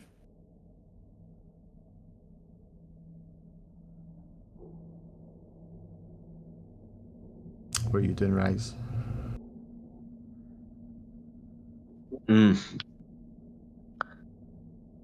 Durridam, do you know how to open the door? Yes, I do. It should be open. I'm opening it. I did this before. And You did this before. he can't even tell if he's doing what he opened the door with before. He's just trying to force it. But how did you open the door before?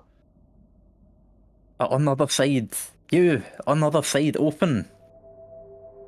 On the other side.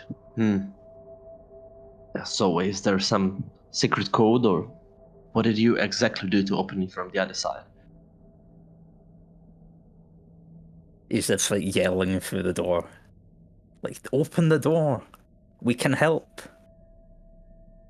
And then, Rise, you can just about hear the reply from the other side of the door, and it's a voice you recognize.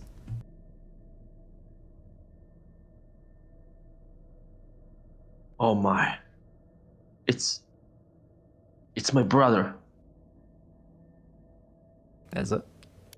It's the voice you recognize is Azarak, the Dwarven realm warden. Yeah, that's what I guess. Well, Durridam, how do you exactly open the door from the other side?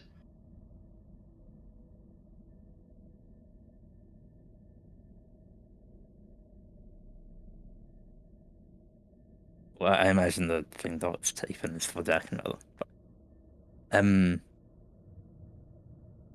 Yeah,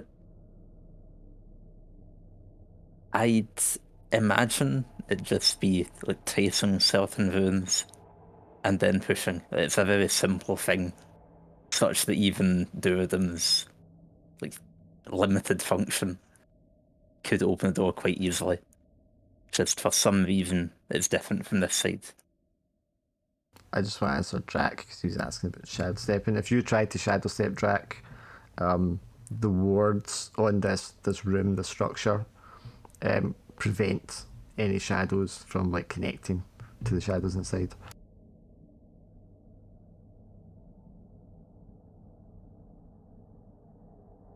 I'm gonna try to do them as quickly as I can, punctually, so I can remember the sequence of pressing the runes, and I'm gonna try to go into the astral shape and go to the other side and try to open the doors. Phase shift through the wall. Yeah. Yeah, you can see that these are like protective runes, defensive runes, but you can recognize the signature. These have been done in such a way as to allow realm wardens to pass through them.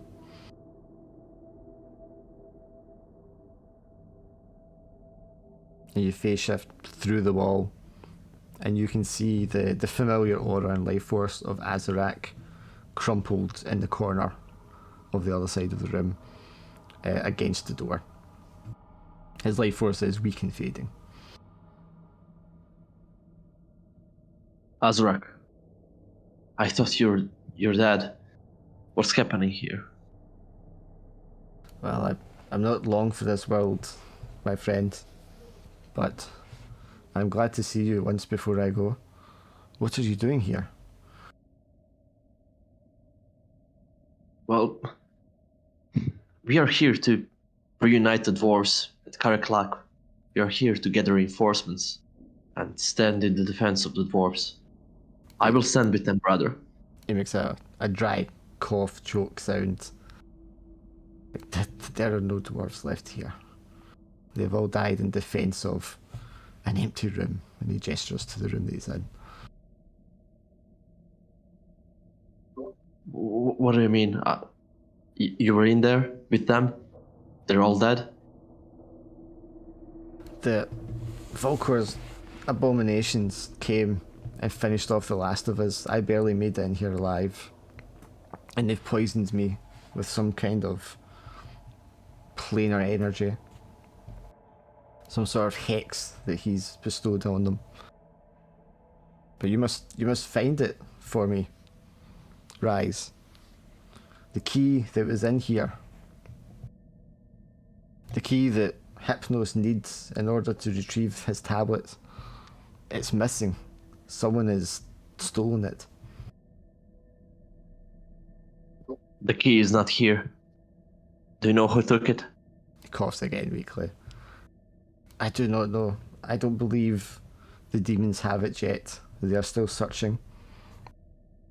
But it is not here. It's gone. And tell me, do you think that Volkor and Hypnos are allied? Of course they are. And Volkor, where is he?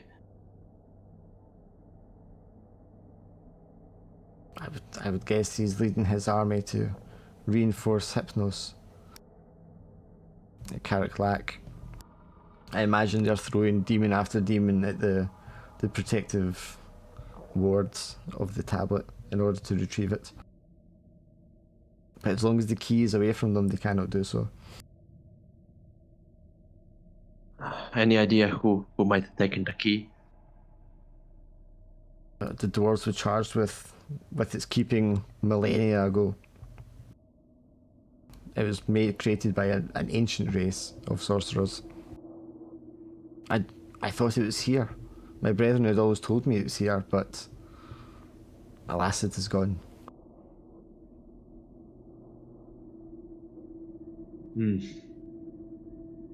Brother, What is gonna happen with your soul? What kind of poison is that? I fear I may be for the void, the deepest of darkness, the true death.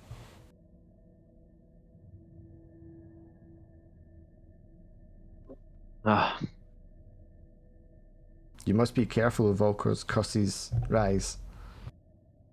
And he like grabs you, and he's kind of like the desperate last energies from him. As he's kind of like pleading into your eyes. You must promise me you will be careful. Wait, the door opened? I thought we were talking through his door. Look, he face shifted through. He's in the room talking to him. Alright, he's face shifted through. Okay. don't worry, brother. I will find the key. I will stand with the dwarves. I will find the tablet. Don't let We will him be victorious. finish the order. Don't let him end his rise. And lastly, I'm gonna destroy Volkor once and for all. He like pushes his own realm warden weapon into your hands, his great axe. Take my axe and let it power you. Let it guide you. I will, brother. And may you find peace, even in the void. He nods and he's like, find the key, and this kind of very bright blue energy sort of like travels through him and out of his eyes, and then like sinks into the sigils, the runes of the wall around him, and the door slowly starts to move open.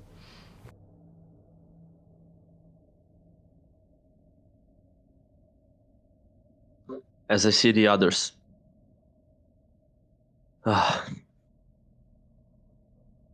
There are no dwarves left here. They're all dead. Durridam like tumbles into the room. He goes like, no, they should be here. This is my brother, Azrak. He was one of us, one of the realm wardens. Your With brother his was a dwarf?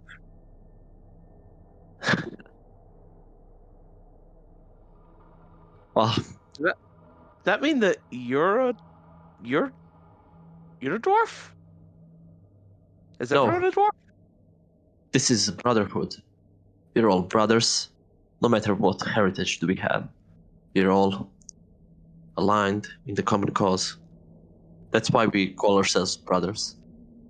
Oh, now I get it. Now I get it. As you come in, Durridam, you're looking around, and there's rows of dwarf statues on the left and right of the room around a central pedestal, which is kind of square in shape. And you can recognise the faces of each of these statues. These have been your parents throughout the ages.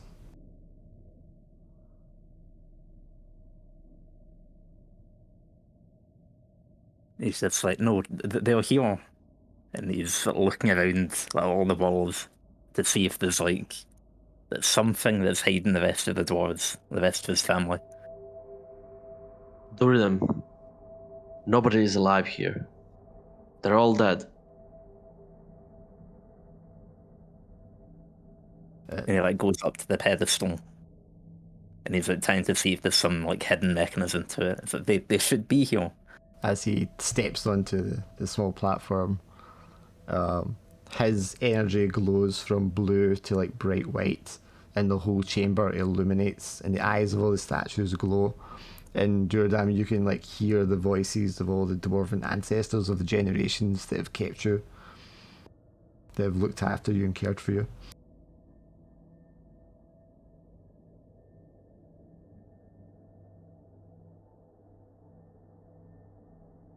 And are they saying anything in particular?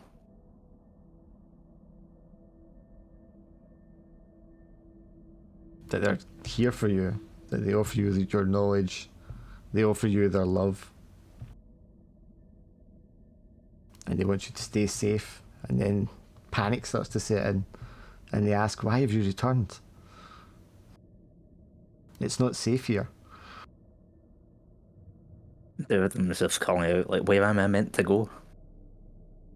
Far. You must hide. You're too important. Where? What am I meant to do? You must find your way, Durridam.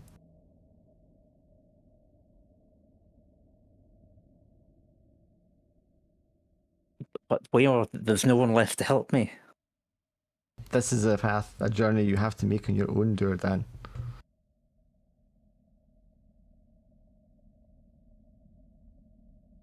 I don't understand. And for the rest of you, he's just standing in the room, like, talking, yelling to seemingly no one. I'll be asking Rise what he was talked to with his brother about.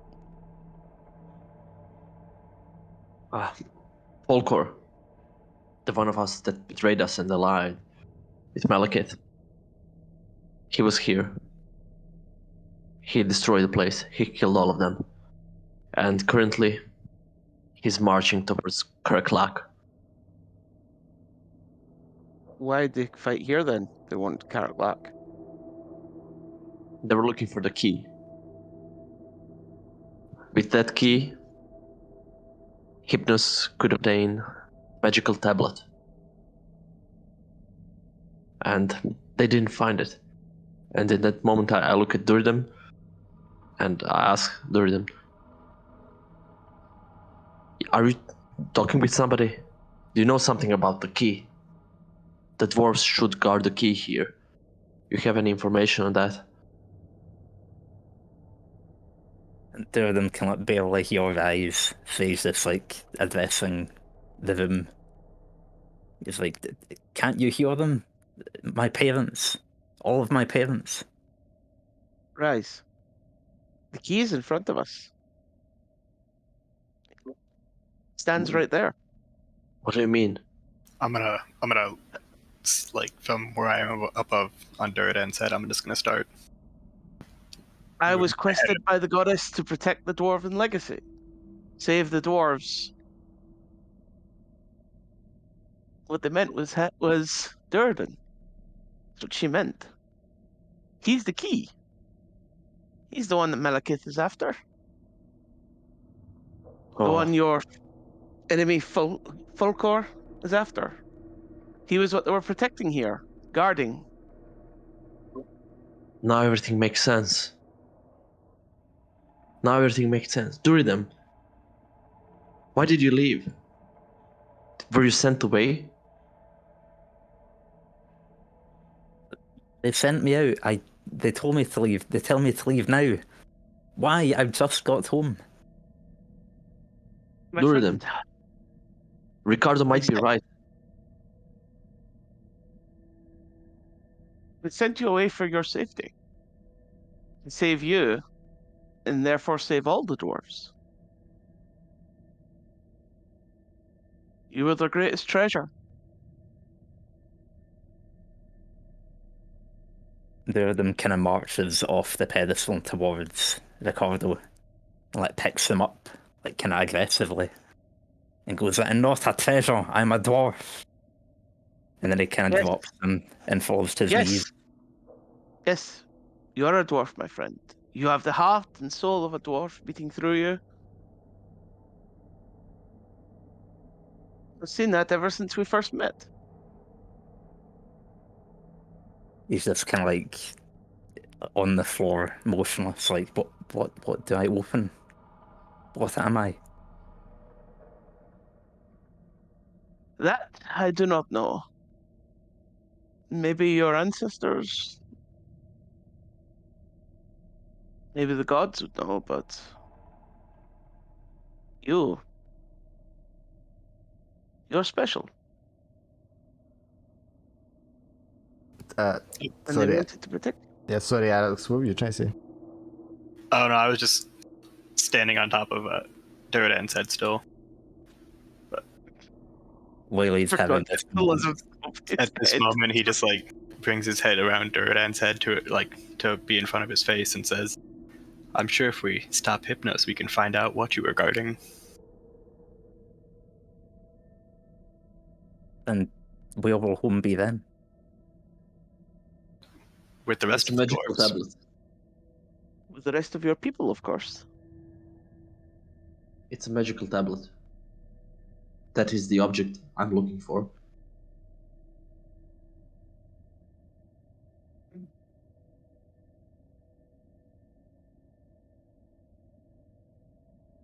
And he kind of like shakily pushes himself back to his feet. It's like the weakest looking golem you've ever seen. Okay. Where do we go?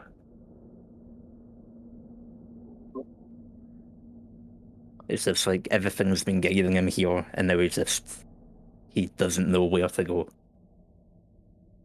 At all. And you can hear the ancestors like whispering, telling you to do what dwarves always do when they're in danger, and to go down.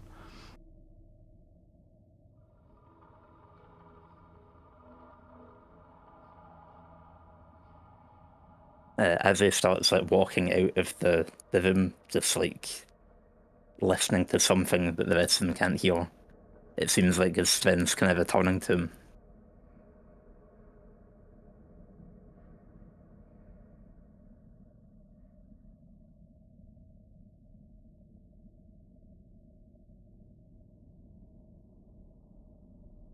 But he's not walking like very quickly, he's just like, marching out.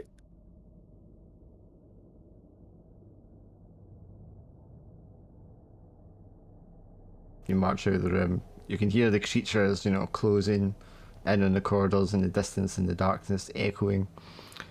But you can also see the great stairwell to the side here, which leads deep down into the Underdark.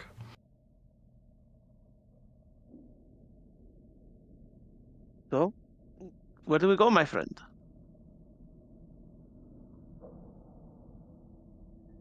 And he just like looks back and then looks at the staircase and back again. I think we go this way. And despite like how he's wording it, there's like a certainty to his voice, and he just continues marching on. Of course, we have to go deeper underground. Down. That's the way.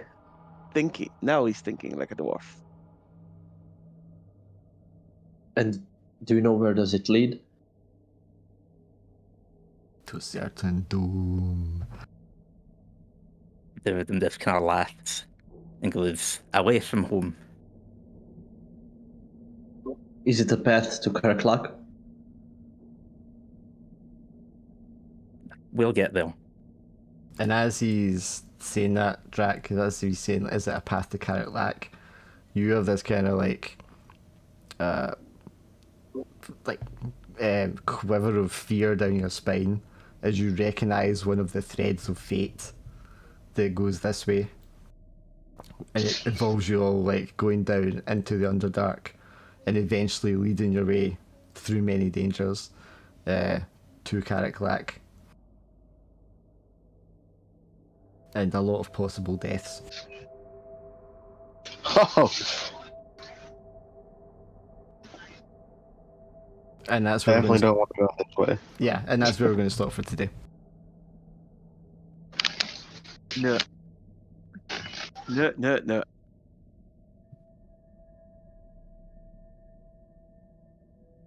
I think I'm just gonna try to stay in lizard form as much as possible while we're underground. Just Well, feel free. It's in bigger. I'll say Salazar if Alex. Feel free to play Ricardo next week if you want. If you want to stay, have Salazar stay as a lizard. Oh no, he might transform back for like a few minutes and just attack and then transform. Just climb up to the ceiling, jump down, shoot an arrow, then transform back. Just giving you an option. If you want to still like be involved in stuff. Alright.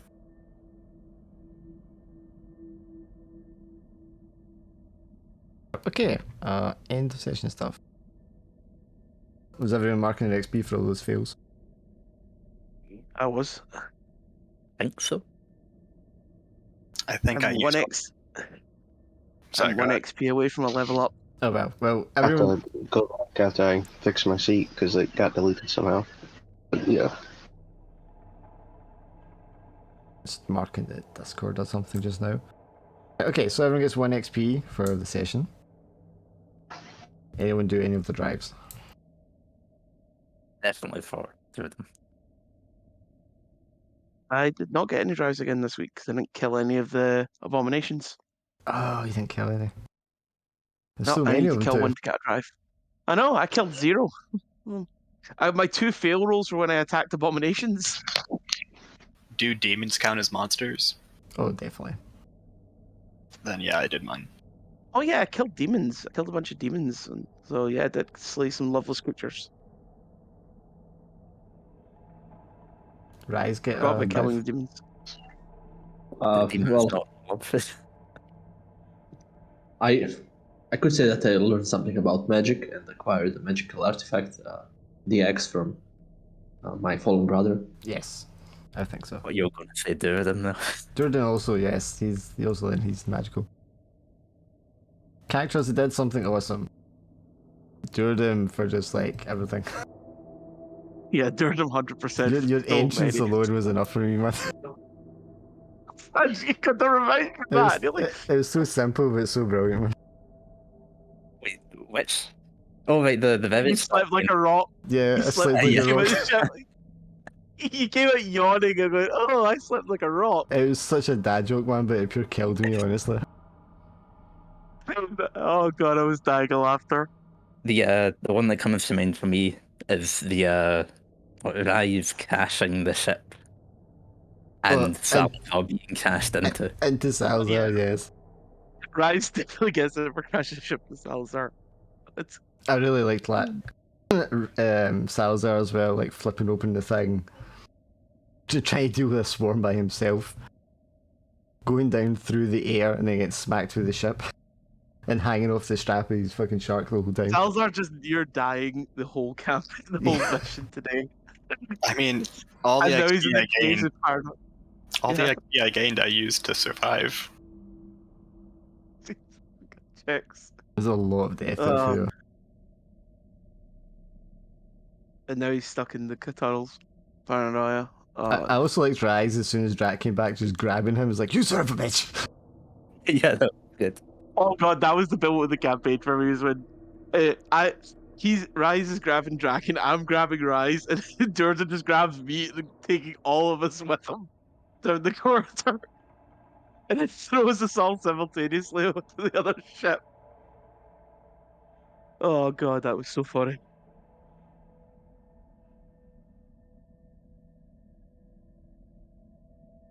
Notable enemy or task? Do we think the tasks or enemies were notable? We got to Khin Uldar, but We discovered the key, even though we've had it all along. We discovered we've been going the wrong way the whole time. Yeah, because we had the thing we were supposed to get here all along.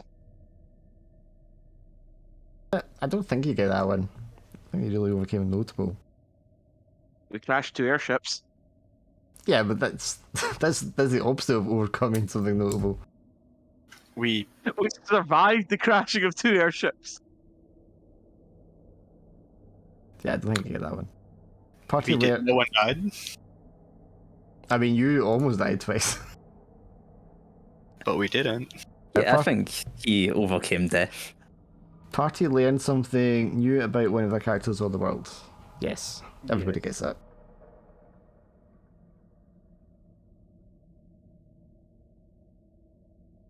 And you only wait to make camp again before you get to rest up and level up. Is it current level +7, or is it next level ×2 +7? It's current level Current plus 7. Current level times 2 plus 7. So Oh you yes, need so to go- double your current level plus 7, yeah. Okay. I must say, this whole campaign is really awesome. This campaign's just on fire for unintended comedy. It's just I just love the amount of character stuff I get to bring in. Darn, and I was hoping Sunder would show up when they went to the Feywild. If it had made sense for a complication, I might have like entertained that, but I didn't really want to spend ages there with the two of them away from you all.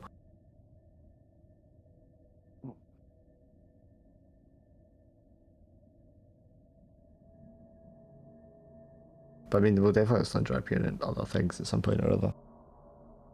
Yeah, I mean, Sunder is the very definition of a complication. Were you trying to be like suicidal style stuff? I wasn't trying to. It just kind of happened. It's happening a lot, yeah. Because, I mean, he seems like a pretty reckless character, right?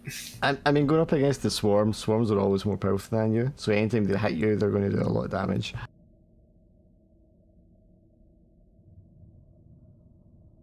So, yeah, there is that. I wouldn't really call it suicide when, you got a ship cast into him. But that's just true. Having another player choose to smack you with the ship. Yeah, I mean, that was how I got my first gut check.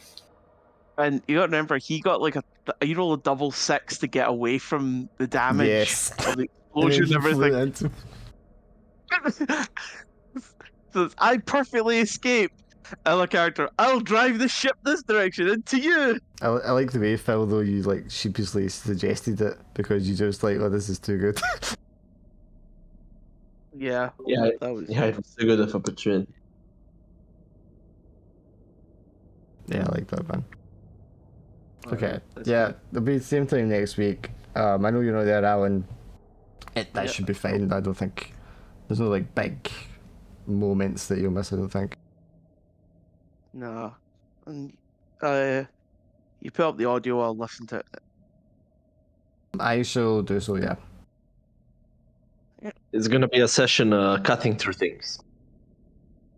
I didn't think that session would actually have as much combat as it ended up having.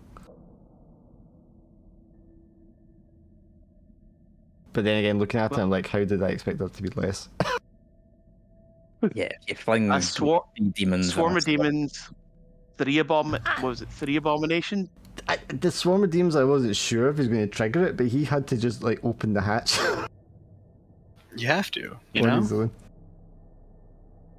It's Alex. Why would you expect anything else?